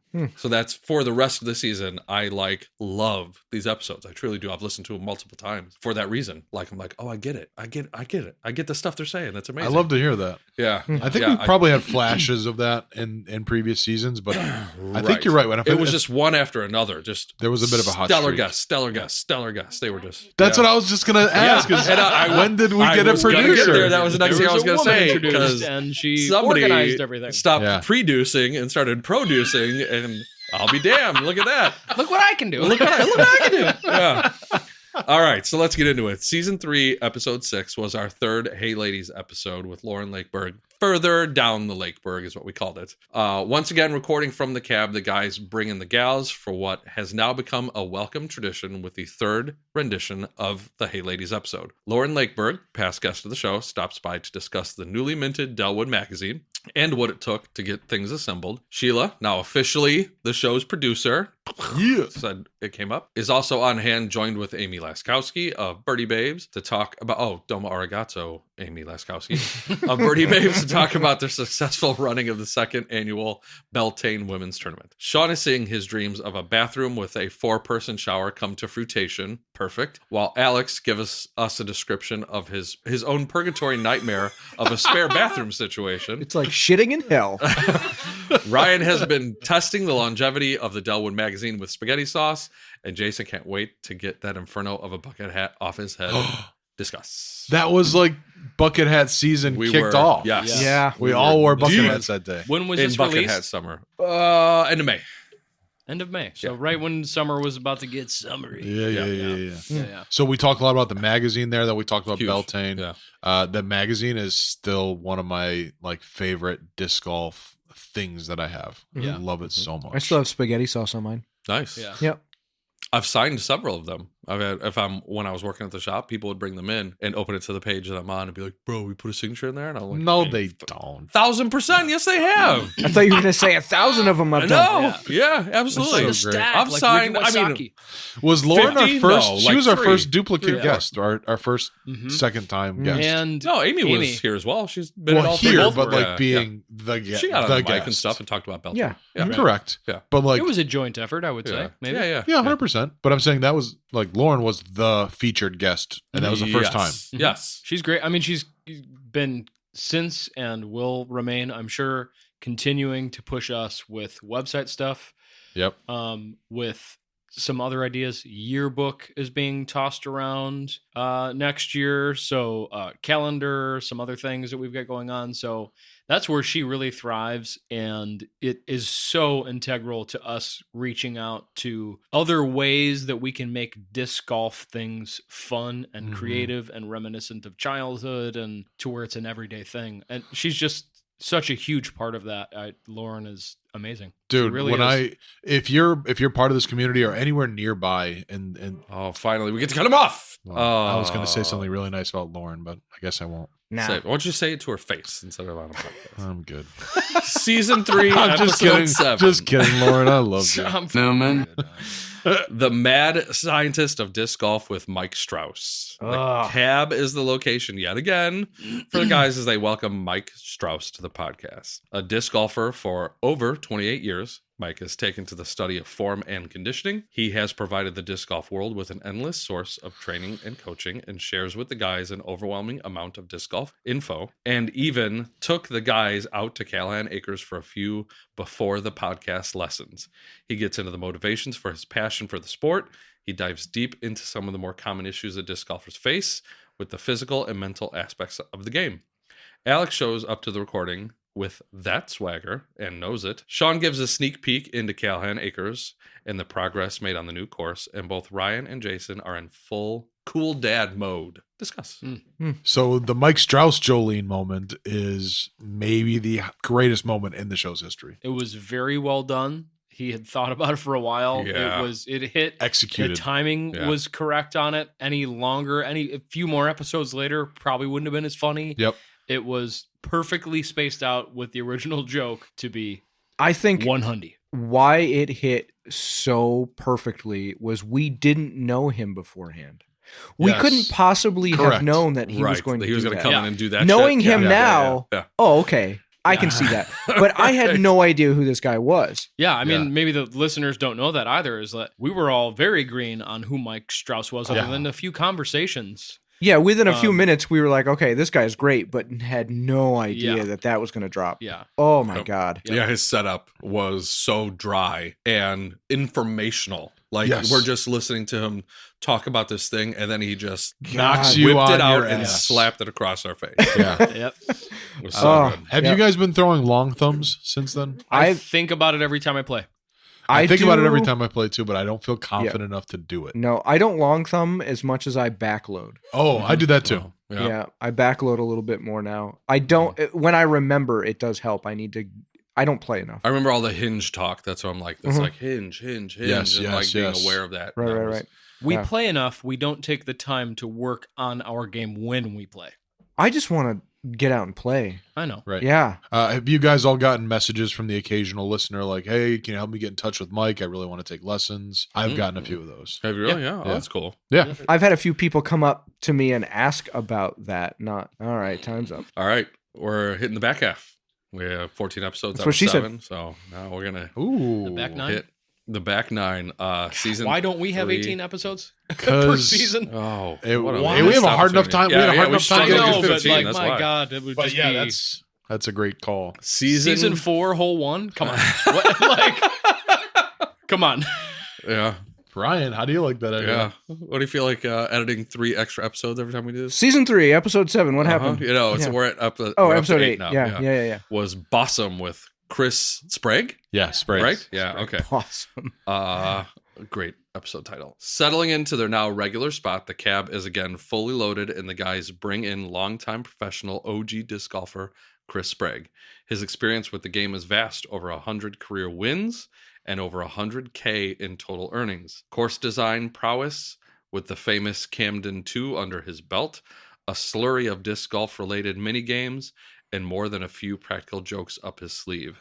He talks about his days competing against Ken Climo, what it was like to go on tour before Google Maps, and all the talent the touring young guns have. Sean can't believe he has to explain what mystery packs are, while Alex tries to stay away from a word he thinks he uses too often. Ryan explains why you shouldn't meet your heroes, and Jason, once again, if you can believe it, found the greatest movie of all time. Discuss. Right, was that you talking about going to see Conan? Yes. Yeah. Oh, I mentioned about that. I mentioned that today. Yeah. Don't meet your heroes, guys. Don't meet your heroes. Yeah. Chris's tick bite is gonna be forever one of my favorite jokes. Yep. You're gonna have to listen for that one. Yep. Yeah. I remember feeling, and I don't know when the moment was in the recording to go back, but the feeling that I had at one point during the episode was like, Chris Sprague thinks we're cool. I am going to take this with me throughout the rest of my life. There was a moment where I watched him, he kind of leaned back, and he was here with us. Yeah. Yes. He was here for it. Yes. He wanted to be here. He was loving the conversation. And I feel like in his personal experience along the way in disc golf, he felt like this is the first time I have felt this. I hope that's a huge compliment if that's true. I really do think that was the case. I loved it. He is such a rad, fun guy. Yes. Don't get to see him enough. But it was such a great time to be able to hang out with him for a couple hours. Yeah. I got to be honest, I think it was the first time we went to Camden. Camden 1 had been slightly rearranged. Yes. We didn't know exactly what was going on. And you called him to ask him because he would know. And when you were talking to him, I got the feeling like we are wasting his time. He's like a really serious dude and not somebody that you can talk with. Oh my gosh. Right? Yeah. And I don't know why I got that feeling. It was just the way it was. I didn't hear your conversation with him. I was just like, we're bothering him. But when he got here, it was absolutely the other way around. Yes. Right? It was like he was so cool and just so approachable. And you were right. He was so comfortable and wanted to be here. It was great. Yeah, and, it was awesome. I know I'm about to get cut off, but hurry. Didn't that happen to you last time every time too? God. 5 seconds. I was just gonna say that he had the most unique experience to talk about as like a touring pro from back in the day. Like we couldn't have gotten some of those insights or those stories from anybody else. Right. And I thought he was the coolest guy. So to think that he was enjoying his time with us, that's awesome. Yeah. All right, up next, season 3, episode 9, Adam Ryan for president with Adam Ryan. Domo nice redundant title there. I love it. The cab has become the default hangout for the guys as they bring in special guest Adam Ryan of Parked for Parks. He proves to be a wealth of knowledge about bringing people together to work for a common goal. That goal being course and community improvement. He gets into his approaches to working with parks departments, getting community members, even non-disc golfers, excited about volunteering time, and where the organization is heading in the not-so-distant future. Alex is back on his old awesome ways. That was the word you were trying to avoid in the previous episode. While Sean fights his afternoon nap crash, Ryan is excited to meet his yearly movie quota in a matter of 2 days, and Jason is furious with the function of freeze pops. Discuss. Was this the episode where you showed up super early because you wanted to get out of the house and I was taking a nap? Yeah, I think so. Yeah. Yes, yeah. 100%. You're right. Also, yes, you talked about the potato salad. Yeah, I talked about potato salad. About Michael showing up early with potato salad. Yeah, and I thought you actually brought potato salad. Yes. No. Your reaction to Tampico is the freeze pops. Sure. Oh Right. my God. Yeah. And how he thought it was so funny, but he was like embarrassed about how funny he thought it was, Right. considering his position at Tampico. Right. Yeah. Oh my God, that was so funny. Was it? Did we didn't really like openly discuss. You guys know what I'm talking about? Yes. They're tubes that like Yeah. pinch in the Yeah, middle, yeah, yeah. and there's seemingly no way They're to get. Oh very my God. weird. It's Yeah. You break them in half, Yeah, right? yeah. Well, that's what we learned. Now I Anyways, know. Willing to debate that's not how they're supposed Adam to be. is the real deal. I went out to one of their cleanup days at Summit, and there was a park district representative. I can't remember who it was, but he was from another town who came out just to kind of see what they were doing. The way Adam communicated with this guy, I was inspired through and through. And Adam was out there, busting his ass probably more than anybody else there. Yeah. I mean, just as hard as the hardest worker out there. Lead from the front. He's such a great leader, and He definitely I hope walks- people listen to that walks the episode. walk. Dude, he is a real asset to the community. So when you say walks the walk, what is like physically happening on these cleanup days? Quickly, what's They going walk. on? Like, They walk and they walk. and they No, walk. they're and they spreading walk. mulch. I mean, like they're spreading mulch. They're cutting down invasive trees. They're like Okay. opening up fairways. They're cleaning up trash. But okay, like in my head, it was just cleaning up trash, but it's obviously way more. No, than it's that, much right? more physical Okay. than that. So Okay. it's Grooming. like it's a real Yeah, physical right. labor. Okay. Okay. And for somebody who's got a family and a full-time job, that's a demanding thing. And, he organizes these events to be out there doing these cleanup days as well and busting his ass. I was just like, dude, where do you get the energy? Oh, Great job. He knew what he was I saw doing. you trying to keep it going. He knew you what son he of a was bitch. doing. Let's move on to season 3, episode 10, Leveling Up with Brian Oh, yes. freaking Earhart. The guys invite local player turned touring player turned DGPT commentator Brian Earhart to the show. Finally, they go through the entirety of his jam-packed disc golf career from 2018 to the present. Brian gives us an in-depth look at what it was like as a touring player, scraping by to get to the next event, how his relationship with other touring players helped shape his career, his continuing relationship with Discraft, and his current gig with DGPT. He also talks about overcoming mental issues and what has helped him to look so excitedly into the future. Sean is in full Clash of the Canyons mode. Alex cannot wait to start Clash golf cart duty. Ryan reveals his obsession with Parmesan garlic fries, and Jason is over the Glizzy's craze. Discuss. Oh, this is when the glizzy thing kicked off, and it has Yeah. made your life a living hell ever since. I would. That is a good assessment of that situation. Yes. For me, this episode, I remember thinking, maybe more so than anyone else, being very worried about like, oh, is Brian gonna mesh well with dick and fart stuff? Yeah. And being very like, is he gonna be uncomfortable because I know Brian enough? He's got an image. And then totally immediately you were going back and forth with him and having so much fun. And I remember sitting across from you specifically, Jason, talking with Brian, and the banter was hilarious and everybody was super comfortable and it was great. Right. He immediately fell in the pocket and got it. Yeah. It was a lot of fun. Yeah, he knows how to create a vibe and to like broadcast and just entertain. Like listening back to that episode made me wish I could think more quickly before I spoke, because I feel like everything he says has this impact and like a point, and like he doesn't waste any words. And that only happens if you need to have the mind for it. You need to be trained for it. I think broadcasting is the absolute perfect place he could have landed. Totally. Yeah, absolutely. And he's just killing it. He Killing really it. is. I still what's the level up? I mean, dude, that series is incredible. Yep. He's released maybe a couple more of those since then. Definitely. I've put a couple things on the UD Instagram that he's commented on since being on the episode, and like I get geeked out when I'm like, "Oh God, Brian Earhart!" It's Brian freaking Earhart. Right? It's Chip Blackerman. Right? Yeah. Yeah. Oh, that's right. That was great to learn about that as well. That was a lot of fun. Still want to see that so bad. Yeah. He's another person that I felt like had a lot of great things to say about mental health. I love how he talks about whether Damn it! Oh, the expression I wearing. didn't have another thing. I totally set him up because I knew he would take it and run with it. Yeah, such a bastard. His thing about wearing a costume, that is such a important thought that people need to have. Nice. Season 3, episode 11 is our second sequel episode. It was the Tourney Journey Part 2 with Leo Borowski. The guys welcome Leo Doc Borowski back to discuss the events surrounding the once again wildly successful Clash of the Canyons tournament. The guys get into how the tournament has turned into such a well-oiled machine from the early planning stages, literally a year prior,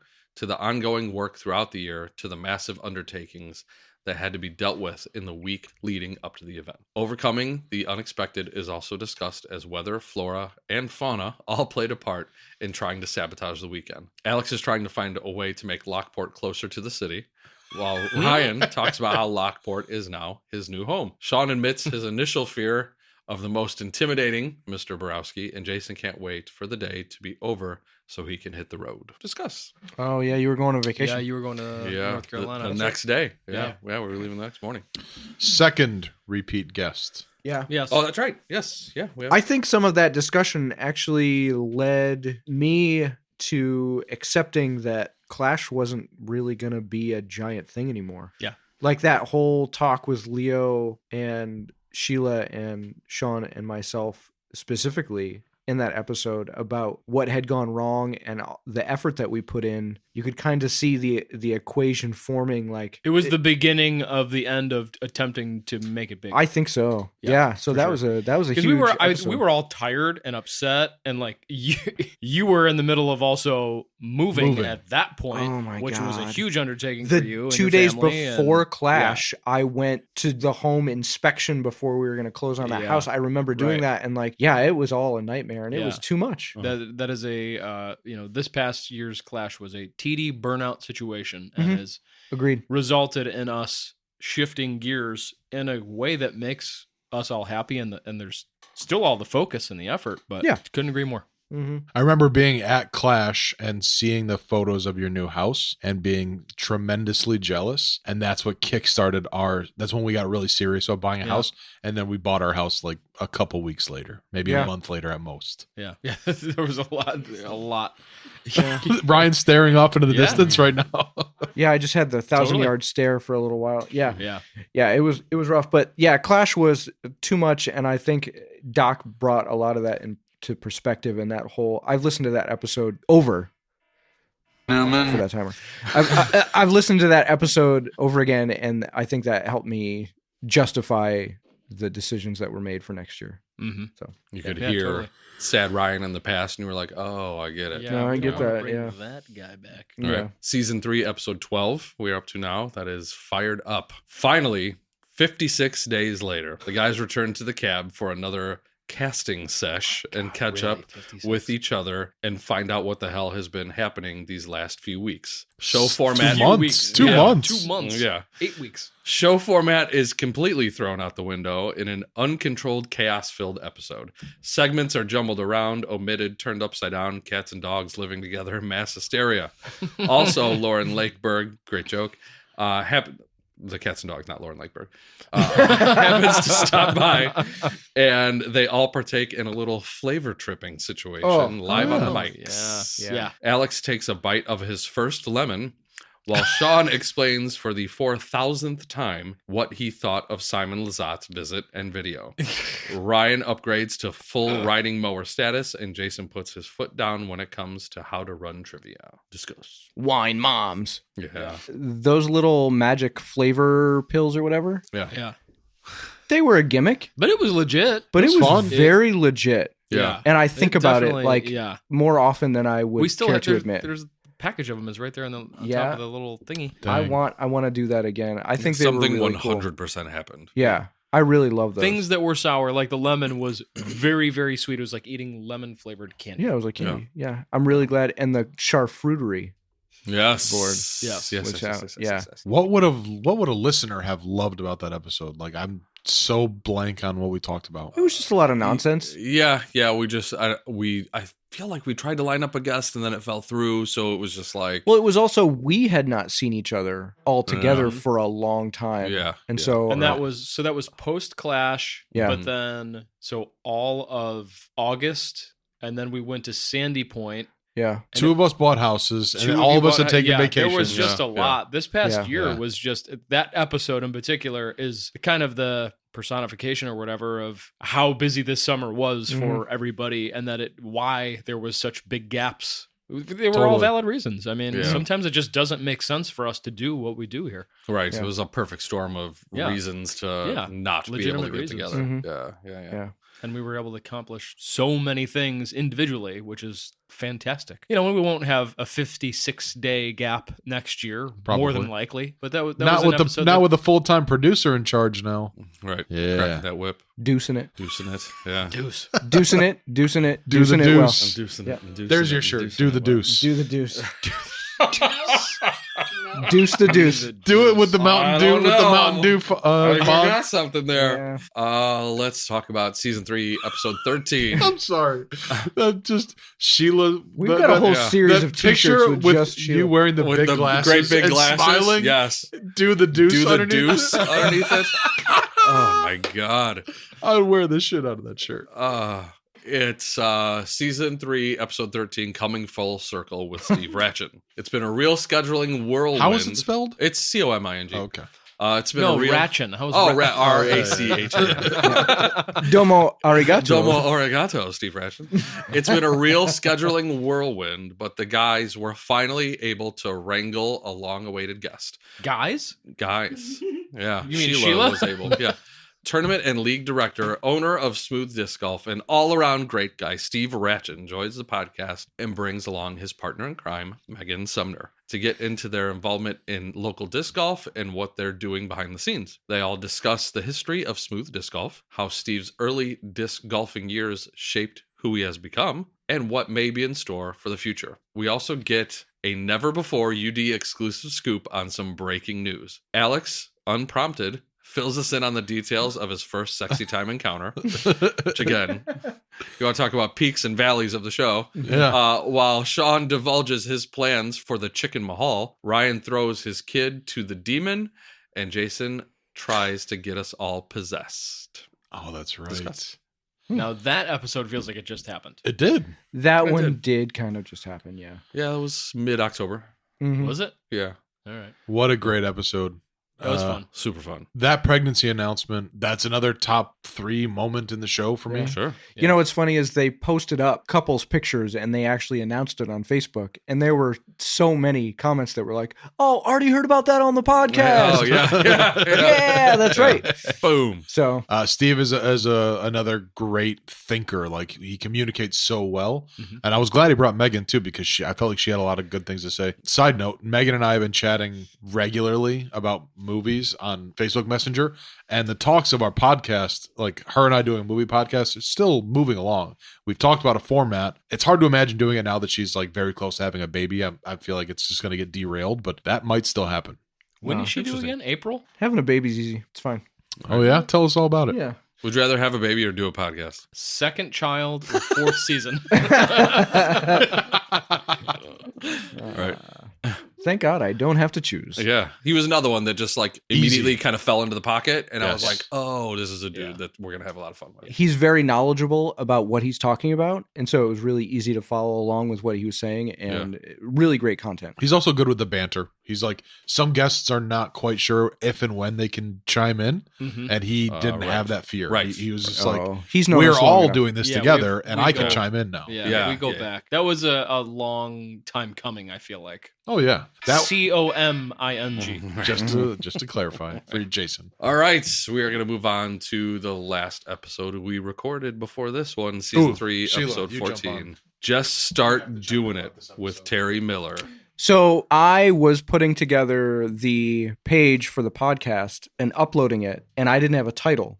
We didn't have a title for this episode. That's right. And at the end of the episode, Sheila just had said, just start doing it. And I was like, oh, that's great. And then later on, you were like, oh, I had one. And I tried to message you guys and nobody responded. So I uploaded it. But what was it? It was something that Terry had said twice. Oh, damn it, Ryan. Why are you going to put me on the spot like this? Stop the timer. It's not going. He hasn't even read Yeah, I haven't read it. Oh, okay. Okay, well, read the description. I'll look it up. They finally did it. The guys managed to drag in one of, if not the voice of disc golf himself, the disc golf guy, Terry Miller. Early in the day, before he joined them as a special guest at the delis, Terry joins them to chit-chat about the past, present, and future of disc golf media. He gets into his early days as a fledgling vlogger and podcaster and brings us up to speed with what he thinks is going to take to keep the stone rolling downhill. Sean tries to hide his tear bear man crush.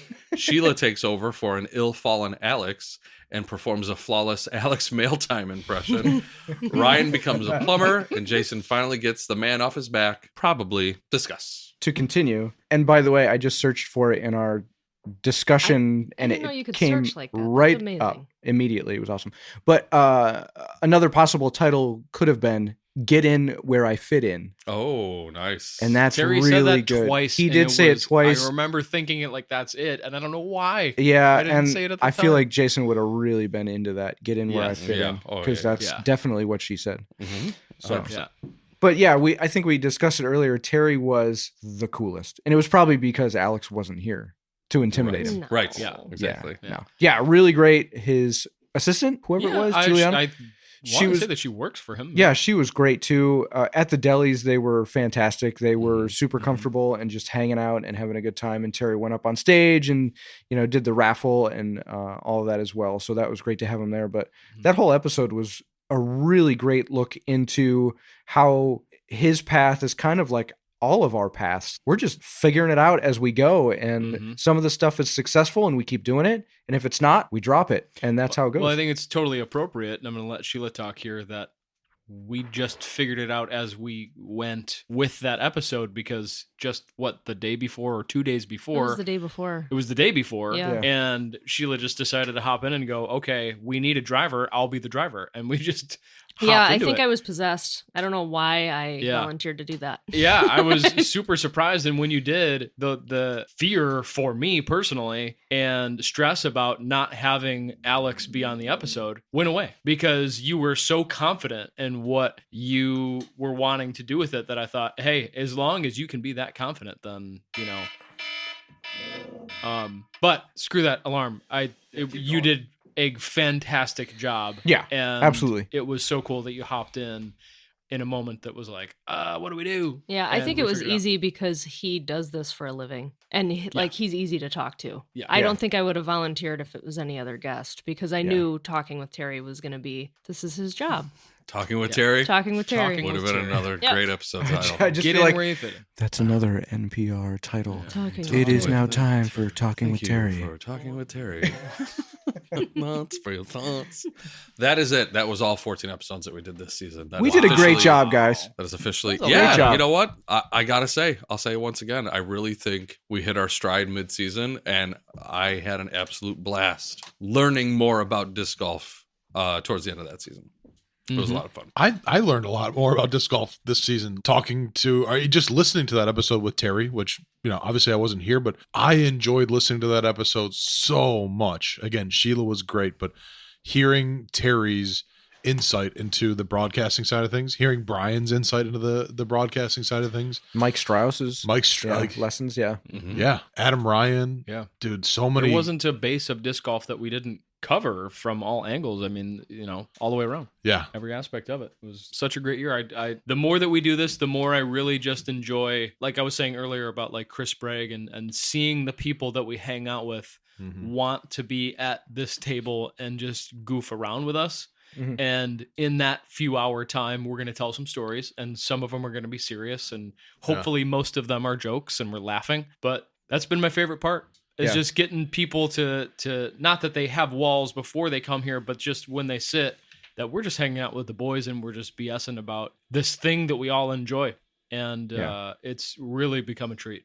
When I sit down and I am immersed in it and I am having a good time and then not thinking about whether the listeners are going to like the content, that's great. And most of the season was just that way. I was so engrossed with what was happening with the guest and the discussion that I never really thought about, oh man, I wonder if we should cut some of this out. Turning off the science side of it for you. And that never came up. So, yeah. One of the things I talked about with my therapist semi-recently was trying to figure out my sort of reason for getting out of bed every day. I think everybody needs that. Like if you don't have that, you kind of need to think about why. Like why get up and go to work again? Everybody needs that. But one of the things that I thought was, super important to me and something I wanted to focus on more of is shining a light on people who are doing good things and like trying to bring thoughts, ideas, content to people that could make their life better in some way, whether it's just a smile or it's a new way to think about something. Sure. And I think this show has really given me a lot of opportunity to do that kind of thing. Mm-hmm. And this season I think was a really great season for that. We covered a lot of important stuff and also had a shit ton of fun. So yeah, I'm very grateful that we get to do this and that we had such a good season. Yeah. Totally. That is a wrap on the Glizzies and MASH. Oh, we did it again. I thought for sure he would have forgot. You got to let it grow on you. That means it's time for the mailbag, but should I let Sheila do my thing again? Yes. It was so fun, so good. Yeah. Will you do it? That's a yes. You thought about it. You thought about it too long. That's a yes. Come on, get over there. On. Yeah. And a 1 and a 2 and a mail time. Yes. You got this. Mail time. Mail time. Mail time. Mail time. There we go. All right. Nice. All right. All right. Let's get into this. All right. We are going to start things off with a question from Nick Kaminsky. He wants to know, what are next year's plans with Delwood? How is Sean's private course coming along? Well, I guess it would be Sean and Sheila's. It's Callahan Acres. And can Clash have walkout songs? I guess that's 3 questions, but let's hit them. Great, good, and no. All right, next question. Next question.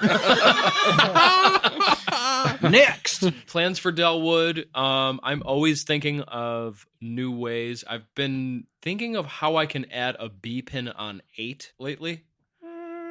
Okay. Maybe planting some more trees out there. I saw some really cool greens and recently I've been inspired by that are like kind of covey. So I'm like, how do I create a cove on hole 8 that plays as a separate pin without being in the way of playing to the longer pin? So there's definitely some things. Callahan Acres course is coming along swell. I've been able to work. Still feel like I'm on a timer. There's no timer. There's no timer. Hurry up. Hurry. Yeah, hurry it up. Been working out there recently. Hopefully tomorrow, I don't know, possibly we'll be out there working again. Walkout songs. What do you think? Nah. Rye says nah. If you can get a volunteer to coordinate it. Yeah, that would be like a Mike Apostolou thing, and he'd be all about it. Okay, that is a separate full-time job to get everybody's stuff. It would be really great. I really love the idea, and we've thought about it every year, actually. Mm-hmm. From the beginnings when Ali Bag was coming out and doing the, announcing the names and everything, we thought about walk-up songs. It just takes so much planning and ahead of time effort. And with for like legitimately 7 seconds. Right. Yeah. So there's very little payoff, but I know it's very special for each of the people that, when they tee off. So I get that, but we'll think about it. That'd be some work. I think I announced for Clash 3, I think. Either 2 or 3, I can't remember. And there was a handful of people that we did it for. I think for the MPO division, right? Our lead card. Yeah, lead card. Yeah, but we would do like one song, not each player's individual song that they have chosen. All right, fair enough. Right, so that is, that'd be 260 songs. Oh, yeah. 7 that's kind of a logistical nightmare. Oh, you could do like a $5 add-on to registration and put it towards like course funds or something like that. Like if you want a walk-up song, sure. $25, just to make sure we only got right. 3 of them. Just to get next question. This one's directed at Sean as well, and I'm asking it because I don't know what's going on here. Casey Glade wants to know, how did Sean get blessed with such great eyesight? What is that I thought about? The same thing. If you go back and look at the photo, I'm the only one not wearing glasses. Got it. It's a reference to... That's what I thought right away. Oh, okay, fair enough. You would know better. Well done, Casey. Joseph Leo Doc Borowski wants to know... I'm sorry, who? I don't know. I don't know the guy. Will Sheila become an active participant in every episode going forward? She killed it on the last one. I thought that was something very sweet to say. Aw. What does he know about it? Yeah. You going to hop on the mic more often? Is that the plan or no? I think we need a deucer mic. Yeah. You maybe don't have to like. On radio show, like morning radio shows, they just have the guy that cackles laughter in the background. Yeah. That's what I want her to do. Yeah. I think it'd be great to have you on more episodes and maybe do like less guests or less focus on guests next year and more focus on our episodic content. Nice. Or all that sounds great, but also we could do a Sheila focused segment where you hop on for, or we force it. You hop on for, I don't know, some update about like what's happening at the shop or some, I don't know, something. Dropping the deuce. There it is. Dropping the deuce. Where you talk shit about somebody. Like totally totally unexpected. Imagine the drop for that, like a sploosh.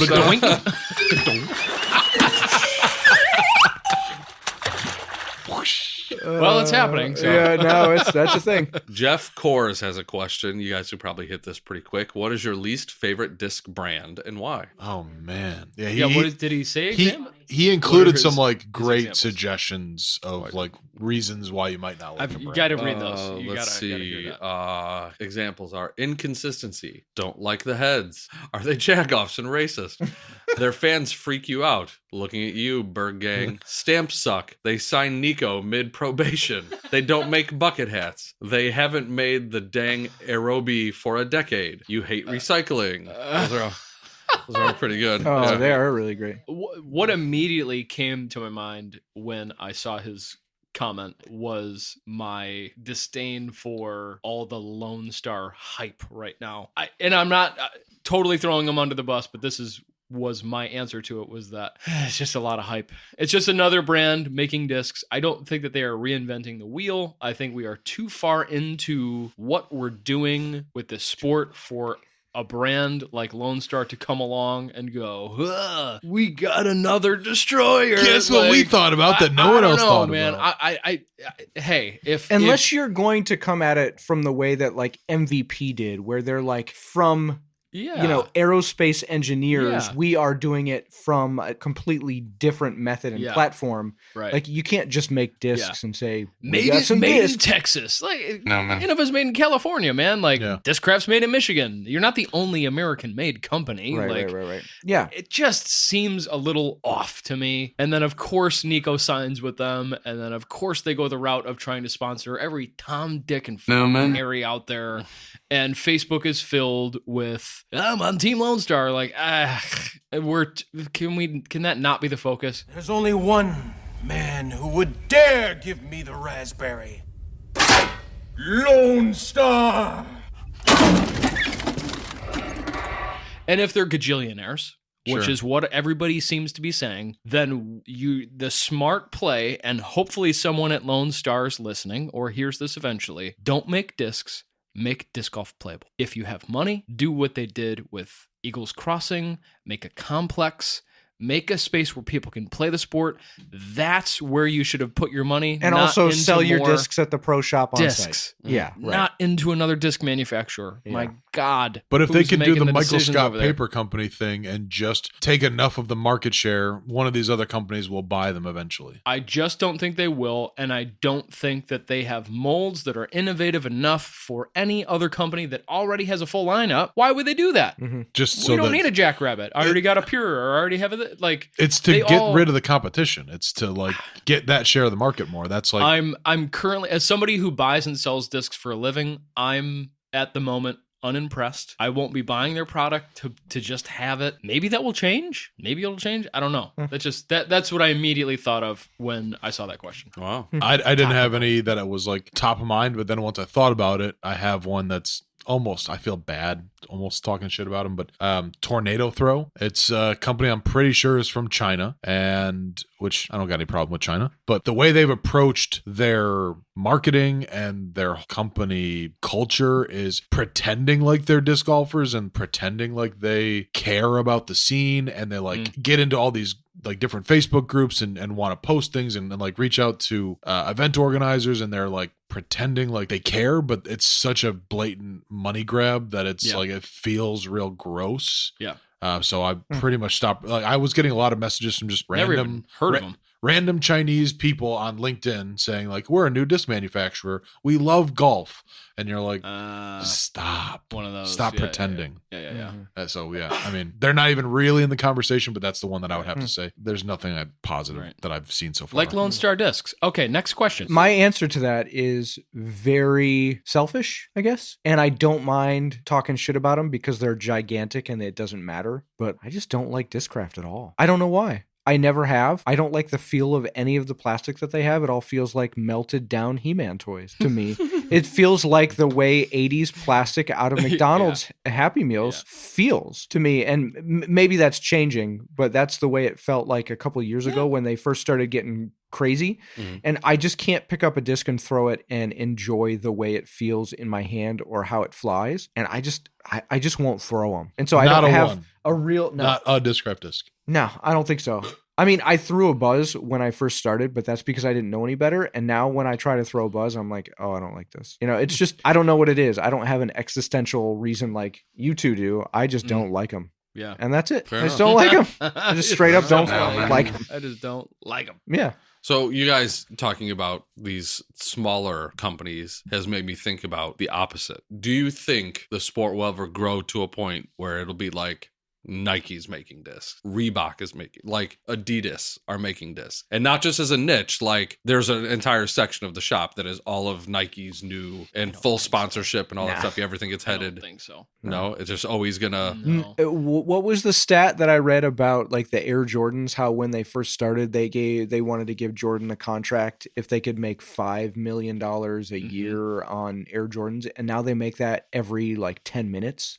Yeah, they're never gonna make any kind of money on disc golf, and that So they won't even give it a look. It's not that the sport won't get there; it's just they won't. They're too big to bother. It's not even. It's not even like 1,000th of a percentile of their revenue. Sure, like they'd never get to that point where it would even be on their radar. I almost want to disagree based on the fact that like Adidas makes trail running shoes. How big of a sport could trail running possibly be? But they already make shoes. Yeah, but why wouldn't they make disc golf shoes? That would be something that I could see. But you're talking about like and it's making almost discs. like well, just like in sponsorship as well. Like sponsorships I could see. There's been like an attempt. How many disc golfers do we know that are wearing the whatever the hell those Adidas shoes are called? Terex. Whatever, like the Terex GTR Swifts or whatever. It's not like they don't know. Adidas knows how many disc golfers are wearing these shoes. They're paying people tens of thousands, hundreds of thousands of dollars a year just to do that work to know that these demographics are buying their shoes. They know, and they're still not interested.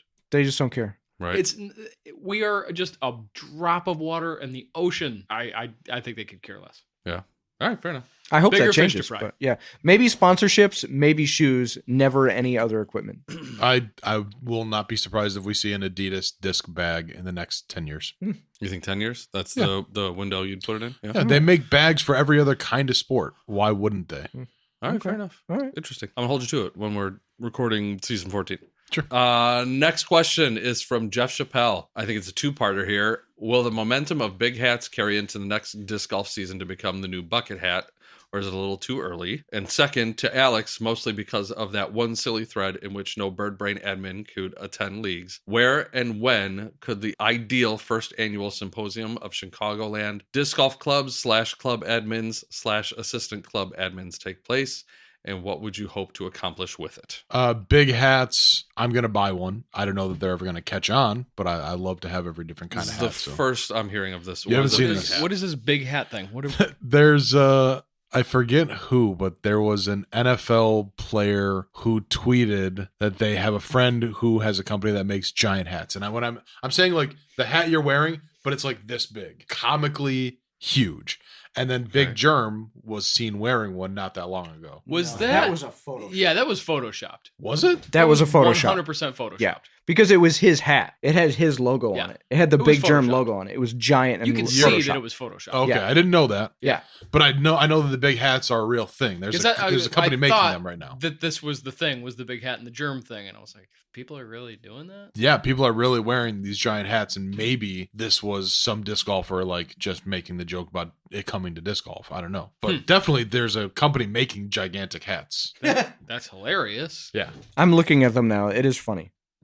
Can you show me? I totally thought the big germ hat was real. I was like, oh, cool. It's. I was like, oh, I reached disc golf. Flip it around. Oh, dear God. I'm so tired of being a human I'm not being. into it at all. I'm so tired of being a human being. Yeah. No, it's not going to catch on. Stop it. Yeah. It's not going to catch on. That's But the kind of shit that does make you want to like get aboard a space shuttle and see how Mars feels. Mars, Yeah. is it maybe better on Mars, I think? Yeah, definitely. Let's go to Mars. Stop it. The name of the company is where it's at, though.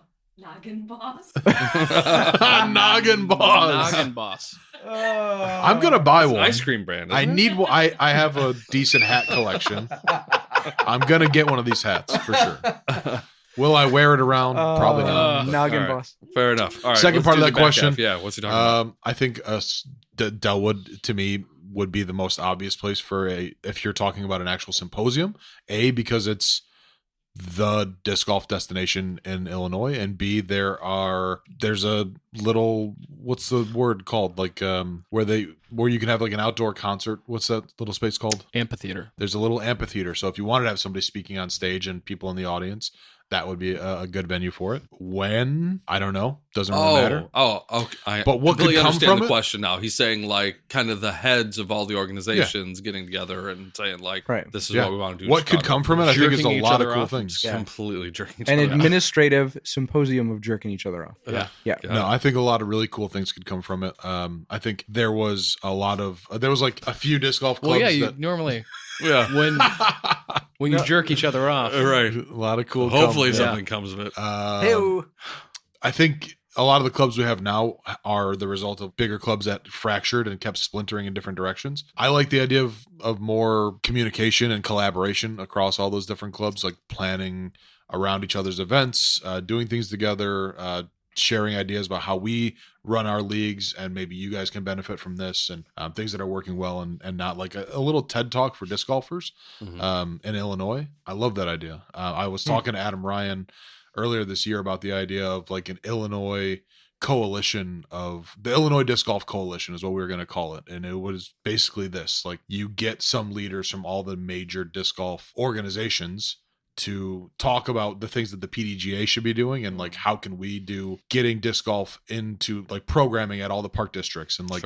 actually just filling the gaps of the PDGA is like not the filling. United Nations of disc golf. But just for Illinois as a starting point. So I think things like that could come from that kind of idea. So I There's love two that types question. of people though. There's the kinds that hear that and think that's the greatest idea, and there's the kind of people that hear it and want to puke in their mouth. Sure. So you have to really be selective on who you decide to involve in that kind of stuff. Yeah, of course. It doesn't necessarily need to be an open invitation to everybody, because you can invite a lot of time wasters. There's a lot of decent minds out there. I think when they come together, cool things can happen. Nice. Last thing we're going to pull out of the mailbag is less of a question and more of a comment. It's from Len Mason. I know him. I'll be honest. I'll try to get through this without choking up, because when I read it the first time, it put a little lump in my throat. In the spirit of wrapping up the year, I just want to say how great the podcast is, and that y'all made my family's first year of disc golf incredibly amazing. Being in the midst of the C-word epidemic, I was looking for something to do outdoors with the fam. I love hiking Starved Rock, but it was getting a bit redundant, so I asked around at work for similarly outdoorsy ideas. A colleague of mine asked if I had ever played disc golf. I'd remembered as a kid in the 80s playing somewhere in the Chicagoland area, but that was so long ago I didn't remember where. Anyway, he said there's some great courses around and suggested Delwood. From the very first day, I coerced Natasha and Eddie, I don't know if that's his wife and kids or his dogs, to go with me. It's his I wife hope and it's his his son. wife and his son. But Natasha and Eddie are great names for dogs. Don't say they're not. Totally. To go with me, everyone at Delwood had been nothing but kind, patient, and helpful in our journey towards an addiction to disc golf. A very special shout out to Sean, Sheila, and Mark. Great salesman. He deserves a raise for everything you do. He makes plenty of money. Plenty of money. Plenty of money. Even though we live 25 miles away, we consider Delwood our home course, and because of y'all, thank you. And I just thought that was a wonderful thing for him to put in there.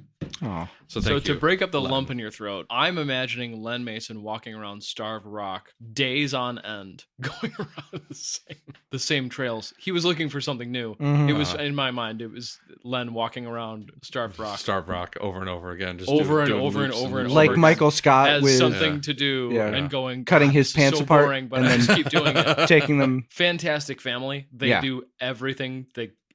anytime it's funny. Whatever. Ugly Sweater is coming up in a couple days, and Len was signed up, and Eddie was signed up, and Paula Borowski was in FA3 by herself. So the other day I was going through and messaging all of the people that I know that play FA3 going, just kind of playing on their emotions a little bit and going, Paula's all alone, guys. Like, are you not free or whatever? So I messaged what did you do?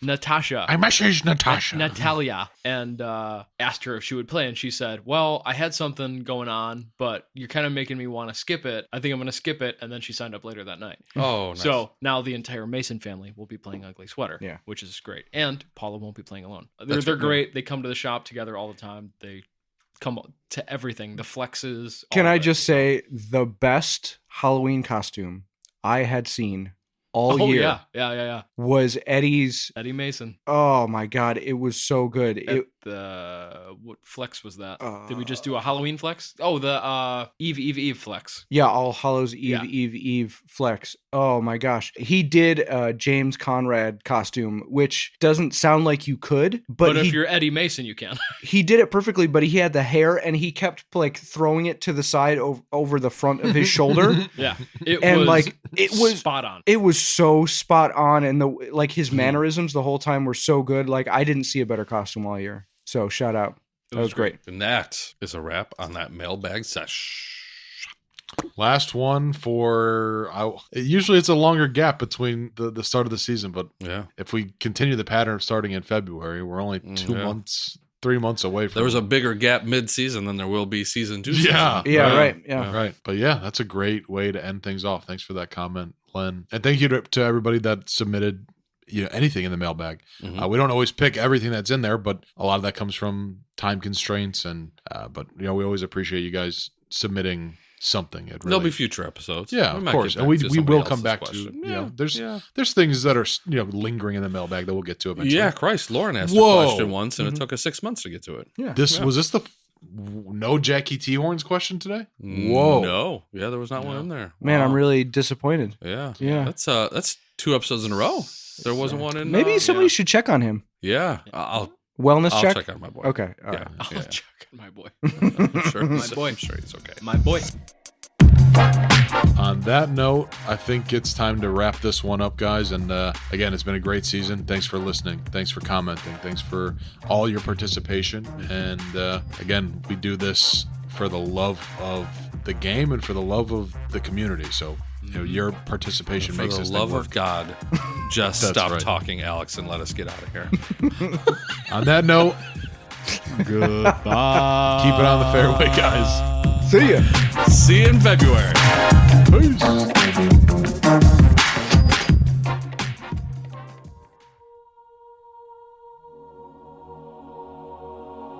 Unstable Discourse is produced by Sheila Callahan.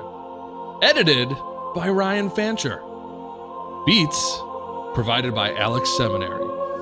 And produced in association with Unstable Disc Golf Gear. Look good, feel good, play good.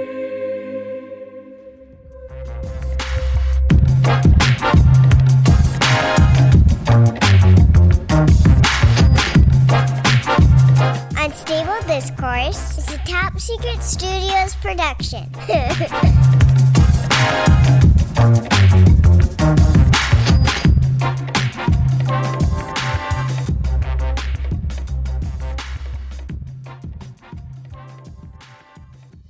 Somebody stopped producing and started producing, and I'll be damned, look at that.